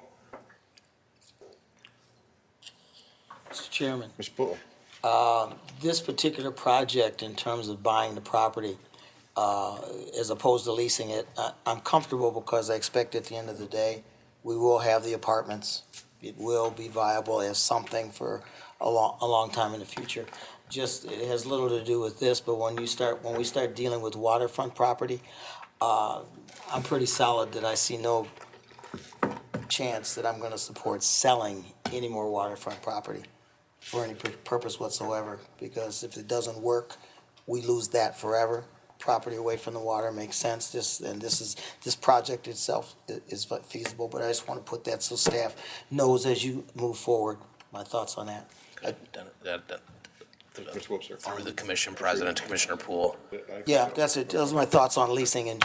I just wanted to say, I think staff shares your assessment of that. I think Cleveland actually has in their city charter that you can't sell waterfront property without a vote of the citizens. While we don't have that in Sandusky, we take the waterfront property owned by the city very seriously and would treat that differently. Just because that's exactly a piece of what will allow us to pull out of the spiral, and is allowing us to pull out of the spiral that a lot of legacy communities found themselves in. That is a unique asset that we have, and that we need to continue to make sure that we take advantage of that. Additional questions or comments? Mr. Chairman. Cool. Just one. With regard to long-term planning, we have been reducing our parking inventory through these various projects. I need just whatever your thoughts were in terms of, this deals with just staff, how this with losing these spaces impacts our long-term ability as we grow our businesses downtown to manage parking. Just what thoughts you guys have about it. Yeah, we had quite a meeting last week where we recapped all of this, but Ms. Byington, I can't remember all of that, but you presented it well. Greg presented it particularly. Through you, Mr. President, just in regard to this project specifically, and then perhaps City Manager would like to jump in and give a little more detail on the plan for all of downtown. But we did look at, when this went to Planning Commission, as you know, in the Central Business District, there is no requirement for off-street parking. However, we are aware that there's a lot of development, upper floors are going to be residential, and we're working to make sure that we have enough parking for the development that's planned over numerous years to come. This project, the parking lot is not heavily utilized. I don't recall the percentage offhand, but it's one of our lowest percentages that is utilized. Also, the project itself will have a little over 30 parking spaces on site within that block, with those parking spaces and some off on the street. There was 50 underutilized spaces. We could make a little more with the market ground restriping the market ground parking lot there. And there's even more underutilized parking on the street going further east. So we did take a good look at it, and we feel comfortable with the parking that's on the site, the available underutilized parking on street. In addition, as brought up during the presentation, a lot of these students, they tend to use transit and they tend to use bicycles. So there's going to be bicycle storage inside the facility, and we have our new downtown transit hub. So we feel comfortable with the parking. Additional questions or comments? Just one, Mr. Chairman, just to put it in perspective. This project and the parking and our current situation with the unused parking is you're correct. Just going forward, would you please at some point present us what's going to happen long-term for parking? The space that they're taking is from the parking lot that they're on to no longer exist. Yes, it's underutilized. Actually, we have under demand. We don't have businesses that need that. But as we begin to fill these other places, I'm looking to hear where you're going to put the residents of all of these other places, along with the employees of the buildings downtown that are going to be coming online. What's your view for that? I don't need that today, but we need a presentation soon, because when these things start coming online a year and a half from now, we just need to say this is how we plan to handle it. Absolutely. And that's all I'm looking for. Thank you. Additional questions or comments? Mr. Cresser, would you poll the commissioners on the motion, please? Mr. Brady? Yes. Mr. Poole? Yes. Mr. Murray? Yes. Mr. Lockhart? Yes. Ms. Twine? Yes. Mr. Waddington? Yes. And now on the ordinance? Mr. Brady? Yes. Mr. Poole? Yes. Mr. Murray? Yes. Mr. Lockhart? Yes. Ms. Twine? Yes. Mr. Waddington? That ordinance is adopted. Item number 2, please. Item number 2 is an ordinance authorizing and approving a grant in the amount of $1 million through the Substantial Development Grant Program to the Erie County Port Authority in relation to the property located at 250 East Market Street, and declaring that this ordinance shall take immediate effect in accordance with Section 14 of the City Charter. Commissioners, having heard this communication, how do you wish to proceed? Mr. Chairman, Mr. Waddington. I move for the adoption of this ordinance under suspension of rules in full accordance with Section 14 of the City Charter. Second. Then a motion and second. Discussion.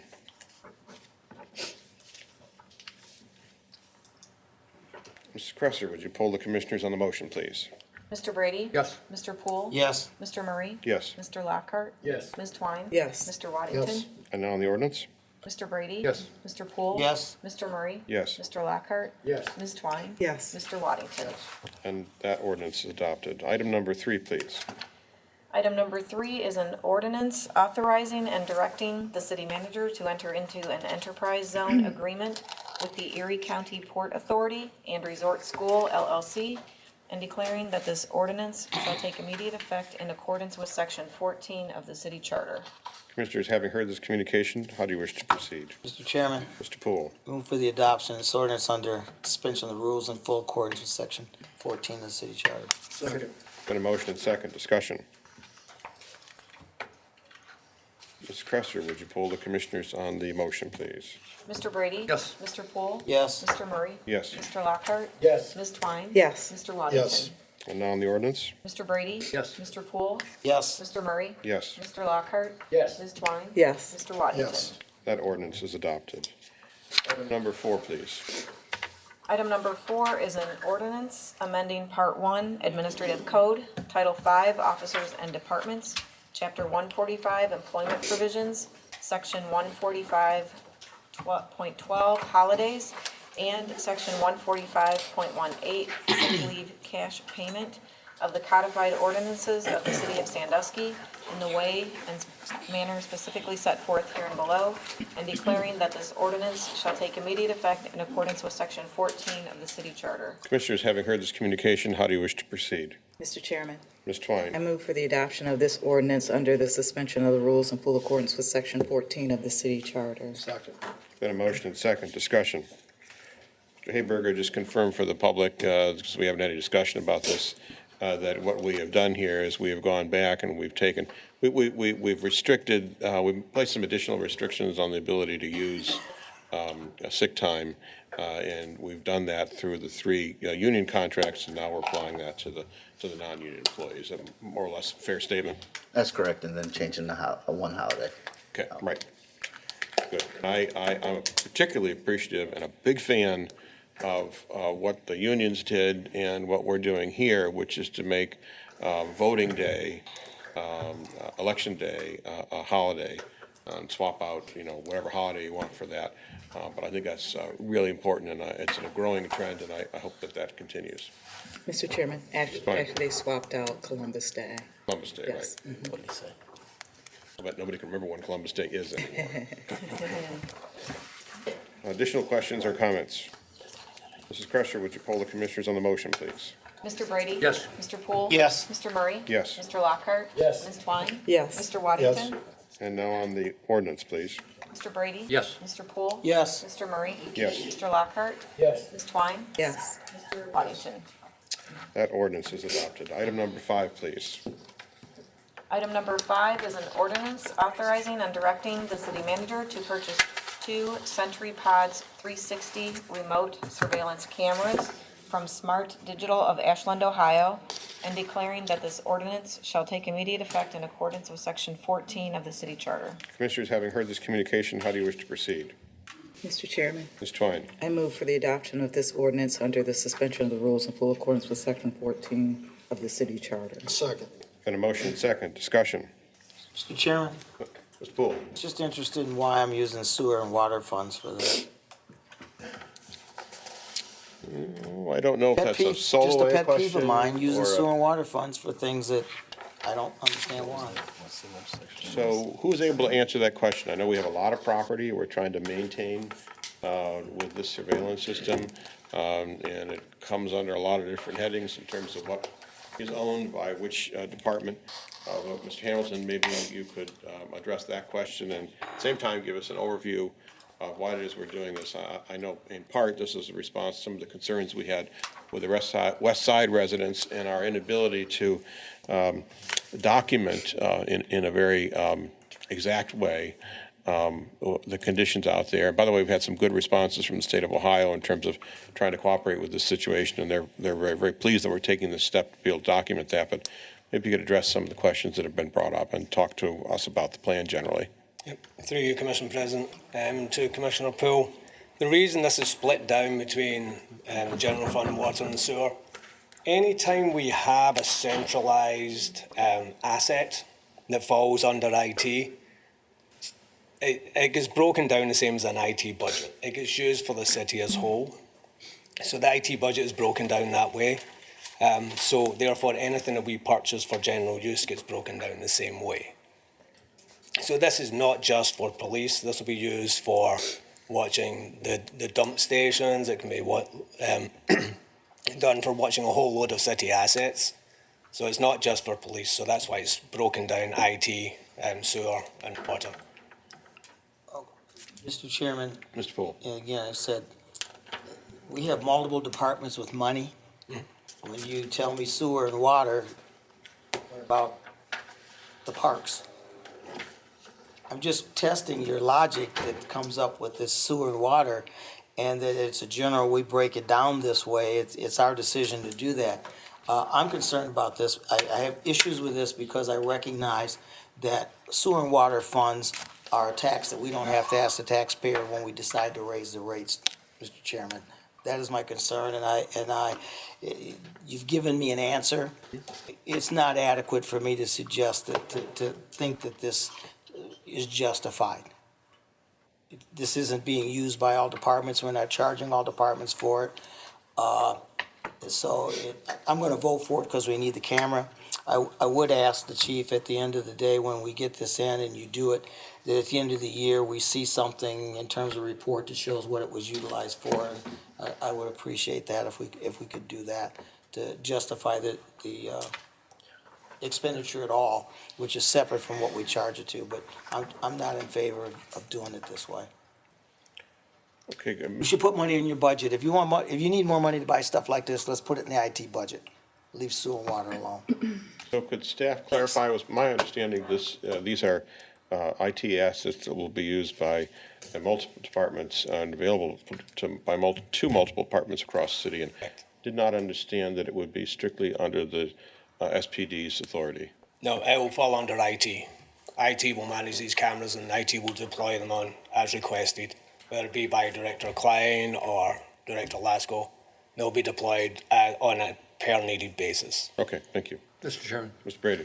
Stuart, doesn't your logic, though, support the fact that by funding them out of sewer and water, out of your budget, out of sewer and water, that gives us the flexibility to put the cameras wherever they're needed? If we take funds out of parks, then we better only put the cameras in parks. Yep, If we put it out of somewhere else, we better only take it there. This gives us the flexibility. These are portable cameras. We can move these to a variety of different places.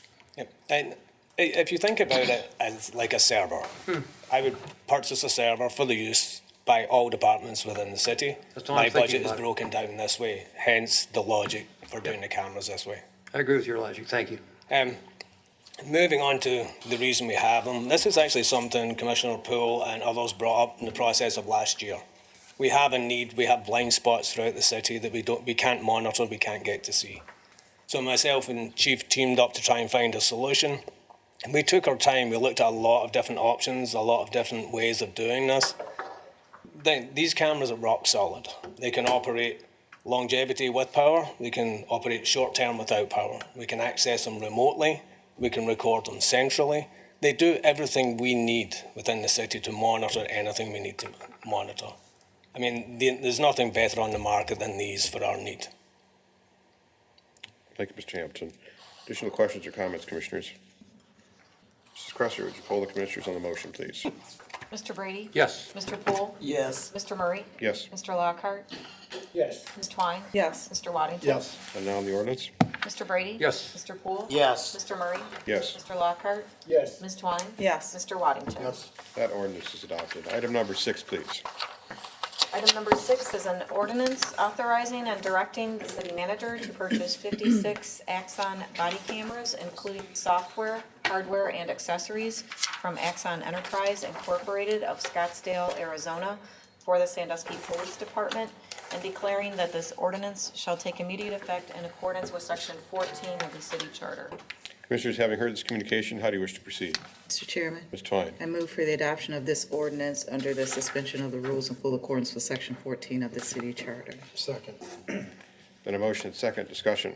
Mr. Chairman, Mr. Waddington. I'm glad that our police department's getting these. I think every two that we can afford to give them to help our city as far as safety is important, and I will support anything as far as safety for our community. Additional questions or comments? Mr. Chairman, Mr. Poole. I think I missed it. What grant funding are we talking about? Maybe I missed that. Chief. This talks about how it's paid for. Yeah, through you, Mr. President, to Commissioner Poole. We had submitted at the last commission meeting, we approved the submission of a letter to the Dorn Foundation.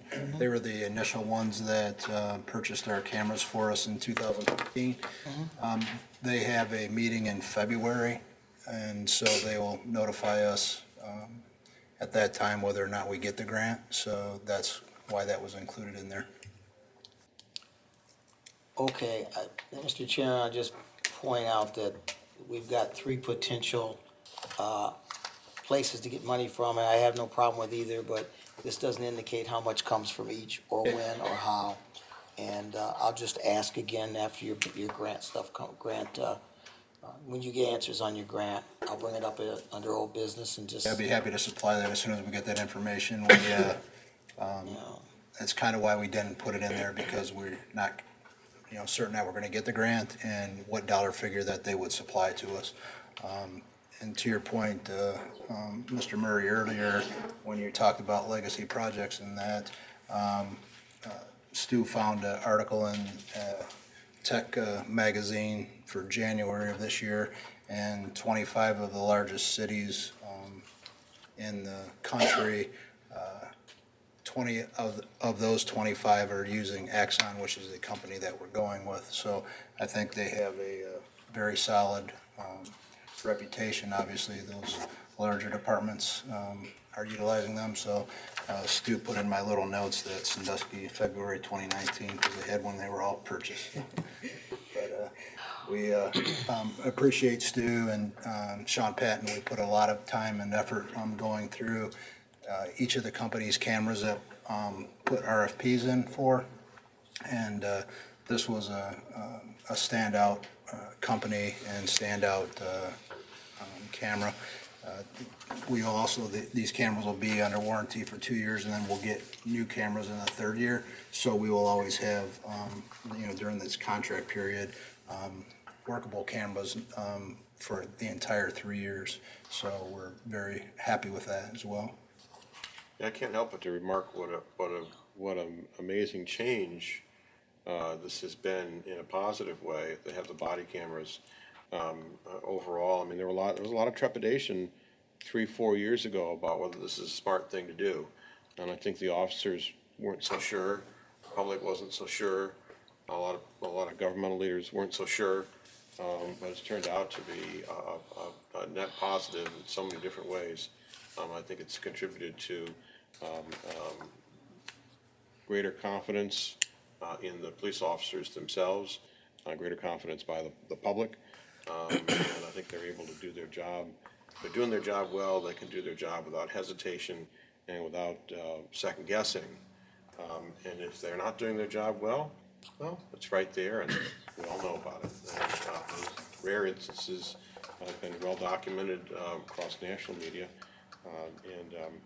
but I think overall it's been a very effective tool, and I think it's changed the nature of police work. So, Mr. Chairman, Ms. Klein. I want to commend Stewart and Chief Orzek for their research on it. They did put a lot of time into it. Chief Orzek, as you had just mentioned, understands the importance of body cameras, and as you mentioned, I think our officers value that type of transparency, and so they were looking for something that would correspond with some of their other equipment and all. So again, thank you very much for the research and the emphasis of the importance of having body cameras. Additional, Mr. Poole. Just one comment. As always, Stuart, in collaboration with whoever gets us the best IT kind of equipment that we can ask for. $155,000 worth of confidence, to me is I'm going to ask the question. Other than the change in behavior in police and perhaps the public's reaction to police departments, how long do we have to have these cameras? Is there anything what else are we getting from this? How many instances have you used that these cameras have been critically important to some kind of case? I don't even answer now, but I appreciate some kind of a report that shows that this $155,000 is needed. I bring this up because I just happened to be watching a news program the other day that several departments are starting to get rid of them because the cost will continue to go up. And if all we are doing is just filming what we do, and there's really no use for using what we filmed and just storing it, then it's open for discussion of whether or not, do we want to scale it down and continue to spend all this money. They have served us well up to now, though. Maybe we change the culture and we don't need them anymore. Yeah, we down the road. The juries and the prosecutors and those type of folks are looking for footage anytime we present a case. The officers' reports are better written because they are able to go back and review exactly what the person's saying and not relying on their memory so much. And so I think all of those, and to your point, the cameras are activated anytime they're at a call for service or their interaction. So, we do 20-some thousand reports and 8,000 some traffic stops. So each one of those is, recorded. Maybe not used all the time, but at least there's that there. It's almost that the body cameras are more important than a cruiser video anymore because the body camera goes with you and you collect all the audio and video as opposed to the cruiser just pointing forward. So I don't know if that's the answer or not, but I know that the officers, quite a few have talked to me at end-of-the-year meetings or even in public venues recently and said that technology and the ability to have these body cameras is the best investment and best tool that they've had over their career. So I think they're pretty important. Mr. Chairman, Ms. I White. would not be supportive of getting rid of body cameras based upon budgetary restraints. I do believe that it's important, again, to have that objective recording of our police officers' interactions. So I think it's very important that we continue to support that now and moving forward. Additional questions or comments? Mr. Chairman, Mr. Poole. just as I pointed out about the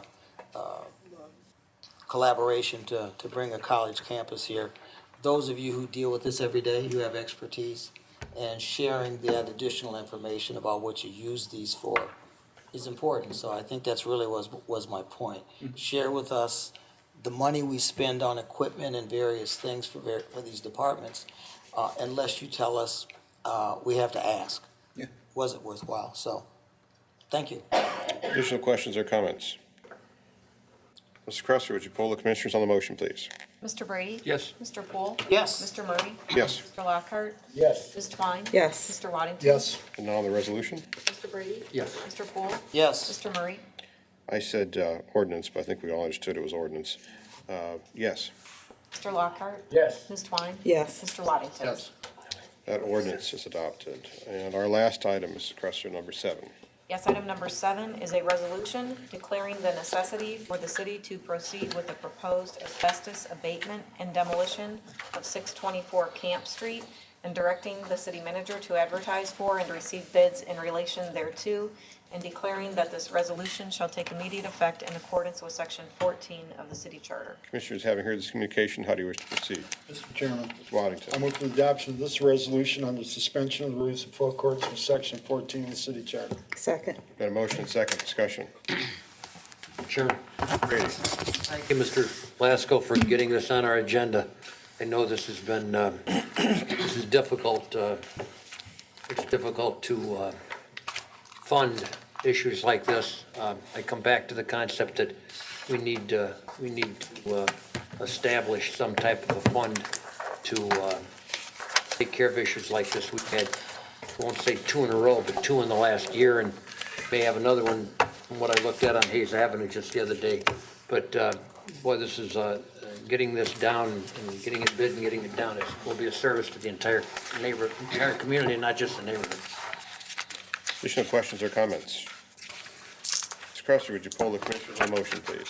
Mr. Brady? Yes. Mr. Poole? Yes. Mr. Murray? Yes. Mr. Lockhart? Yes. Ms. Twine? Yes. Mr. Waddington? Yes. And now the resolution? Mr. Brady? Yes. Mr. Poole? Yes. Mr. Murray? Yes. Mr. Lockhart? Yes. Ms. Twine? Yes. Mr. Waddington? Yes. That resolution is adopted. Mr. Cresser, Mr. Wobser, your city manager's report, please. Thank you, Commission President Murray, commissioners, audience, and staff. I just want to start tonight by thanking the City Commission for its leadership and saying how grateful I am to be a part of a team both inside and outside of City Hall that was demonstrated from Mackenzie's presentation tonight in the Bicentennial and then carried through to the presentations on Bowling Green State University. So many people, both internally at the office or on the city commission, or those you've heard tonight, in a larger and growing community, have really come together to make all of those things possible, and it's been really special to see that happen over the last few years. So thank you guys for your role in making that possible as well. I'll start with the donations tonight. First, a donation of $150 was received from Tim Schwanger for the skate park. I'd ask for a motion to accept that donation. Second. Been a motion and second discussion. Without objection, the motion will be approved. And hearing no objection, the motion is approved with our thanks. Thank you, Mr. Schwanger. Also, the City of Sandusky Recreation Department would like to thank the Cleveland Disc Association and Aaron Klein for their donation of discs for use in summer recreation camps and playground programs. The discs are valued at $200 and will be used with our summer park program. winter and spring break camps, and any ultimate Frisbee programming we have in the future. And before I ask for a motion to accept that donation, it's something that Aaron doesn't talk about freely, but he was quite a heralded ultimate Frisbee player during his college days. And so I know this is very special to him as well. So with that, I ask for a motion to accept that donation. Got a motion and second, but I think the commissioner's gonna want a demonstration. Later date. I never actually saw a photo, but I envision high socks, short shorts. Oh, my gosh. That's gonna stick in my head every time I see it. All right, I think we've done it. All right, sorry. He's a very Unless Stuart fine has a, engineer, so let's not. unless Stuart has a photo, I don't know. Hearing, well, without objection, motion approved, and hearing no objection, the motion is approved with our thanks to our very fine city engineer. Thank you. And former ultimate Frisbee champion. So, moving on to new and old business. For administration, the city will be working to issue an RFP to provide moving services to relocate staff from the existing city building to the new city building downtown. Also, for the police department on January 14th, a civil service meeting was held to update some civil service rules for police and fire. Of importance to the police department was establishing a recommendation by Commissioner Poole to give credit for associate and bachelor's degree. The Civil Service Commission approved a 5% credit for candidates with an associate's degree and 10% for candidates with a bachelor's degree. So we thank the Civil Service Commission as well as Commissioner Poole for that recommendation. For the Finance Department, the city received the Certificate of Achievement for Excellence in Financial Reporting award by the Government Finance Officers Association of the U.S. and Canada for its 2017 Comprehensive Annual Financial Report. This is the 27th time that the city has received this award, and the correspondence is attached. And I would just say with that, we almost begin to take all of these financial awards for granted because they seem to come often and every year, but we never should, because ultimately the work that Hank and his team are doing are really what allow the public to continue to trust that we are on strong financial footing. And so we're very thankful for that work and leadership on a day-to-day basis, and all the staff who obviously have to give the reports to the finance department to make that possible as well. Just to interrupt you, Mr. Yeah, please. Mr. Soloway never takes a bow. Yeah. And he really should. On behalf of your staff, and your team, and it is true, we can move forward with confidence because we know the numbers are what the numbers are, and the state says they're what they always are, and a lot of communities don't get a lot of political bodies don't get the support that we need, that they so critically need from the accounting department, and finance department, and we are very grateful for the service you provide, and your team. More your team than you. Thank you. We're excited. We got 27, but we're already starting on 28, so we've moved on already. So He's like the Bill Belichick of finance directors, apparently. So, Okay. The next scheduled Finance Committee meeting is Friday, February 22nd, 2019 at 8 a.m. And also, we wanted with the upcoming cold, we've got a lot of cool days coming this week, and the Department of Public Works is advising residents and business owners to take the following steps to avoid frozen water lines. Be prepared, find the master water shutoff valve in your house. It may be located near the water heater, washing machine, or where the water service pipe enters the house. If a pipe bursts anywhere in the house, this valve will turn off the water flow. Also, keep your pipes warm, maintain heat at 55 degrees minimum, including in your basement. Insulate pipes located in cold areas by installing a pipe sleeve or heat tape, and consider adding insulation to attics, basements, and crawl spaces. In addition, open cabinets and other unheated areas where water supply lines are located. Take extra precautions during extreme cold. Consider letting cold water trickle from the faucet. Running water through the pipe helps prevent pipes from freezing. While you will be responsible for the cost of consumption on your water bill, this preventative measure could help you save significantly on more costly plumbing repairs. And stay connected. Keep emergency contact information readily available for private plumbers that you trust to work in your house. In addition, contact the city of Sandusky between 7 a.m. and 4 p.m. at 419-627-5895 or 4 p.m. to 7 a.m. at 419-627-5900 if you notice a leaking or potentially frozen service line or water meter in your yard. Also, please feel free to contact the Department of Public Works with any questions or concerns at 419-627-5829. And then finally, the next scheduled Finance Committee meeting is Friday, February 22nd, 2019 at 8 a.m.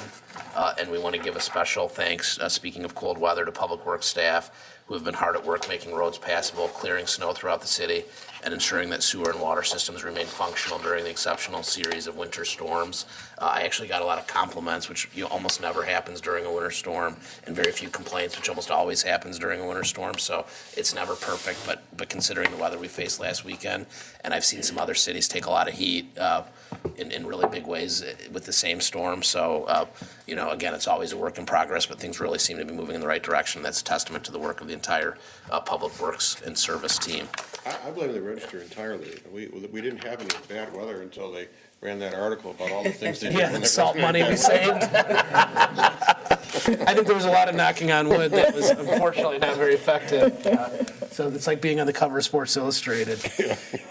Green infra, the Super Bowl week, I guess. I keep making all these sports analogies. Green infrastructure improvements to the sewer system and detention pond at the future Hayes Intermediate School are complete. Since the contractor did not encounter as much rock as anticipated, the total cost to the city was $29,785.59, which was much less than the approved amount of $77,113.29.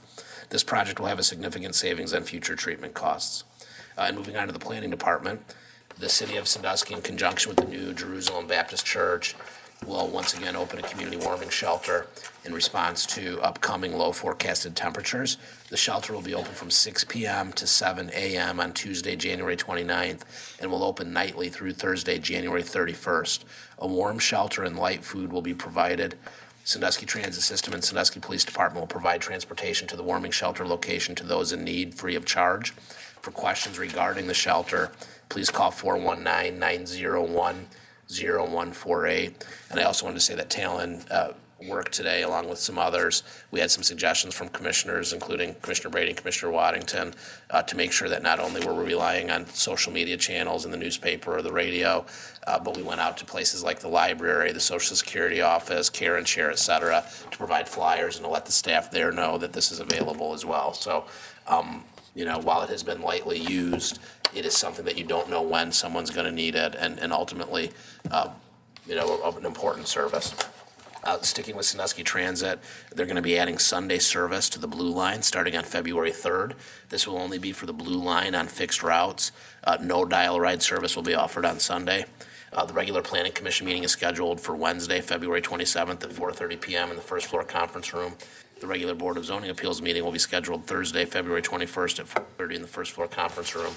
And a Landmark Commission meeting is scheduled for Wednesday, February 20th at 4:30 p.m., also in the first floor conference room. That concludes my remarks for this evening. I'm happy to answer any questions. Thank you, Mr. Webster. Commissioners, any questions for Mr. Webster? Comments, questions? If not, then we will turn to old business. Any items of old business? Any items of new business?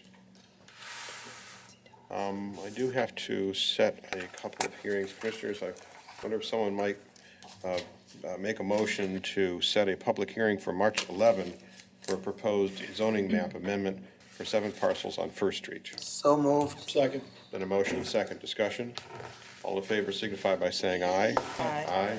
Opposed, the motion passes and the hearing is set. And we also need to set a public hearing on February 25 regarding the 2019 budget for the city of Sandusky. Anyone care to make that a motion? So moved. There's been a motion and second discussion. Without objection, the motion be approved. I'm sorry. All in favor signify by saying aye. Aye. Opposed, the motion carries and that hearing is set. Other items of new business? If not, then we will turn to audience participation. Anyone wishing to address the commission about any items of city business, please step to the microphone, give us your name, address, and share with us your thoughts. Thank you, Mr. Mayor. Tim Schwanger, 362 Sheffield Way. I want to make it clear for the record for the media here tonight, and I was hoping Ms. Lloyd would be here tonight, but I'm not opposed to this college downtown. I really am not. The concerns I have are not just coming from me, but other people that I've talked to out in the community, people on social media. And the concern is that number one, the state's only contributing $800,000 to this project. which kind of tells me that they recognize that the educational component of this project is very small.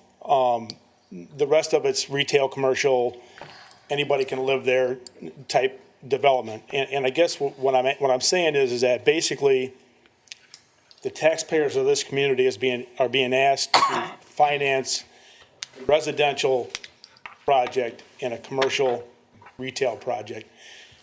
And I understand collaboration, totally understand it, but there's other ways to collaborate besides just, writing out a check. What we're also seeing tonight is 10-year, 75% tax abatement on this project. So we're really not going to see, we're going to see some benefits, but right now the property's not paying any property tax at all. So they're not even paying property taxes. Well, maybe they are paying property taxes on the value as of today. But, that's a mechanism, tax abatement is a mechanism that you're just not going to be able to get away from. It's something that's statewide, countrywide. So, that may be our collaborative part. Maybe it's time that we don't hand out this money like it's candy. And again, like I made the comment before, let's start, and I know we're spending money in the rest of the community, but let's kind of maybe even the scales a little bit going into the future, going into 2019. That's my hope. And a lot of the people in the community are also hoping that same thing. Thank you. Thank you, Mr. Schwager.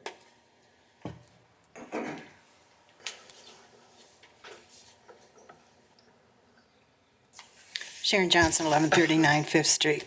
Are we planning on getting assistant attorney on board? It's posted. It's posted, Ms. Wiltshire indicated. Supposed to? Okay. No, it's posted. Pardon? The job is posted, what Mr. Wiltshire said. Okay, so do you have a date in mind when you're going to get one on board, actually? Mr. Haberger? The first, March 1st is when we're going to first look at resumes. We're taking applications all the way up through to March 1st. Okay. And then we'll still be continuing to take applications up until it's filled. But March 1st is the first time we're going to look. So you hope to get someone employed in March, or what? Well, so what Ms. Haberger said, the posting is open until March 1st for people to apply. Gee. And then it would be a process of looking. And then after that, maybe we find the right candidate, maybe we don't. It's just, you never know. Okay. I think, we're looking for the best candidate. So the first opportunity is March 1st to look at those applications. If the best candidate doesn't rise to the cream of the crop, then that posting will continue to be posted because we do want the best. Okay. The water and sewer grant, I'd like to comment on this. This took me by surprise. I don't think we have that much in water and sewer to give out grants. And if you have money to give out grants, maybe you could lessen our water bills. Mine's quite expensive every month. Let's see. On the medical marijuana, I was going to ask the chief about this. When you pull somebody over for marijuana, with the medical marijuana going on in town, how can you distinguish who's supposed to be on marijuana and who isn't? They have a medical card that they're supposed to carry with them. If they're not carrying that, then they could ultimately get charged. But the medical marijuana facility doesn't give out green vegetative marijuana. It's in a gummy or a vapor or a mist. So it's, the normal bud marijuana. If they have that, they're going to end up getting charged. If they have one of the products that the company distributes, then they have to have their card, and we'll deal with it like that. But it's going to be wait and see, I guess. But it's not your typical marijuana that they're distributing. Okay. On the cameras, the body cameras, I wanted to know if, what the policy is when the cameras are supposed to be running. Are there certain calls, or is it every call, or what? I can send you the policy tomorrow. Send me the policy? I'll send you the policy. Okay, you got my email, or do you want it? I got it, great. Thank you. Okay, my last question is, for the Bowling Green apartments, what is the average rent supposed to be running on those apartments? Now, before you answer that, we're giving them $1 million, so somebody should know this answer. I don't personally remember. Mr. Lasko? Is she specifically looking for the rents to be charged for the residential units? What's about the average rent on those apartments? I can certainly get that for you tomorrow. That was provided to us. What I can tell you regardless is, based on the cost of construction, those rents would probably have to be $2 a square foot or $20 a square foot on the commercial side, which aren't justifiable in this market. So I think what you want to characterize as a rent subsidy is actually any cost or any dollars that go to a construction project, ultimately going to help that project service the debt on the project. So I think you're putting an incorrect label on it in that if there weren't public subsidy or things like tax credits, rents would have to be charged that are infeasible, not only in this market, but even on some of the stronger markets in larger metropolitan areas. So our funds, per the grant agreement that were passed, are tied to construction benchmarks, but our dollars, the state's dollars, the commercial debt, and the owner equity are all things that are going into the project to make that project operationally provide rents that someone will actually want to pay on the open market. So again, I just want to be clear, our dollars are going to construction to make the project feasible, both from a construction standpoint and operationally. Chairman? So if my son wants to go to this college or whatever, let's just put that out there, and I call up when this is finished and say, how much is this going to run a month? Somebody better know. Cool. Mr. Chairman, I just want to point out that, again, it's about folks who know things specifically, to just know them. The label that you put on this rent subsidy, that was the label that was the information that was provided. And I just want to point that out. She didn't just make that up out of thin air, that this appeared to be a rent subsidy. Marus in their presentation, it was presented that way to begin with, that the market, I understand the concept that the market will not support this, but it wasn't pulled out of thin air that this got twisted into about a rent subsidy. Okay, I just want to make that point for Because it looks, her. with that wording. I understand what you've done, but just, it's understandable that those of us who are not finance gurus would misinterpret what was provided. The information that was provided, that they wanted these money because because they couldn't collect enough rent. Average people don't know any better. So the question was not aligned, is my point. But it's okay. I don't want to be flim-flammed when somebody asks us for $1 million and they say it's going for construction, when in fact it may be going for rent subsidies. That should be spelled out. Thank you. Thank you, Ms. Johnson. Anyone else?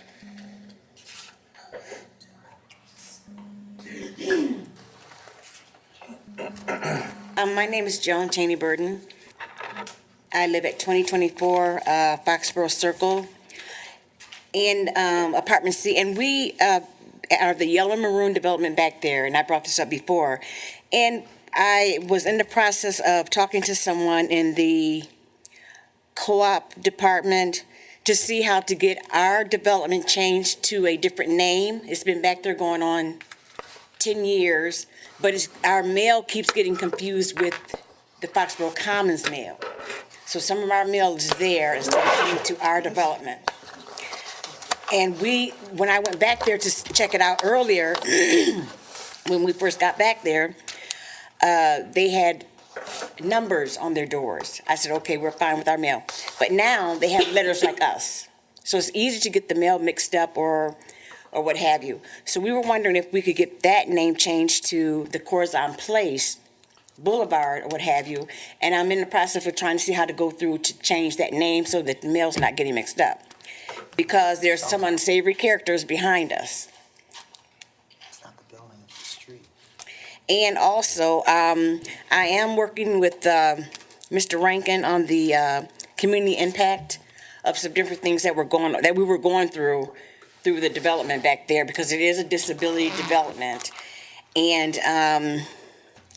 it needs to be, it should have never been back there, bottom line. I would have never put a disability development back there behind the Foxborough Commons because we know what goes on in some of those areas, especially behind us.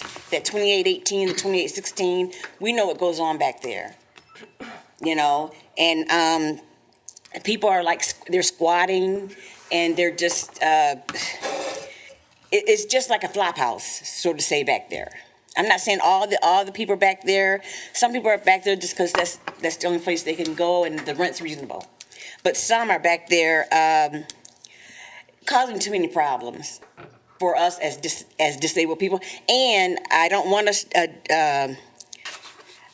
say that we're saints back there because some of us back there, not me, but some of us back there are going back there with them to do whatever it is they do. Okay? So the main thing for us back there is really our safety. And I tell them when they move in, don't go running back there. We know you know people, and we know you know what it is that they do back there. Don't go running back there and jeopardize your apartment because you need it. You're not back here if you didn't need it. But some of them are a little hard-headed, some are a little young, so what have you. But anyway, the co-op is working with me on on some of the issues that I'm going through personally through some entities that I can't really mention. But I am dealing with those entities, and I'm dealing with them the way that they know that I'm going to. So I'm just here to say that being with the co-op that someone suggested to me, and with the with my own realization of where the retaliation was coming from, which was an eye opener to me, and it was a surprise. But I am dealing with it, and it is going quite well. So thank you so much. Before you leave, can I ask you, I just want to clarify, the problem with the mail delivery, is that because of a confusing street name, or are you referring to a confusing subdivision name? When our development, we don't have the corresponding place on our mail. It just says Foxborough Circle, which can get confused with the Foxborough Commons, and it's easily to do. Yeah. So you're requesting a name change for the street. Please, and well, I'm going through the planning in the co-op. But the thing is, our address starts with 2020 to 2040. Theirs starts with, I think, 24, which can be confusing, through I think 28. It may be more because it goes around into East Oakgate. So it could be a little confusing. Like a reasonable point. Okay, thank you for bringing it up. It could be confusing. And someone on staff will follow up on that, and I'll make sure of that. I appreciate that. Thank you. Anyone else? Then the chair will entertain a motion to adjourn. So moved. Second. Stand adjourned. What do you mean?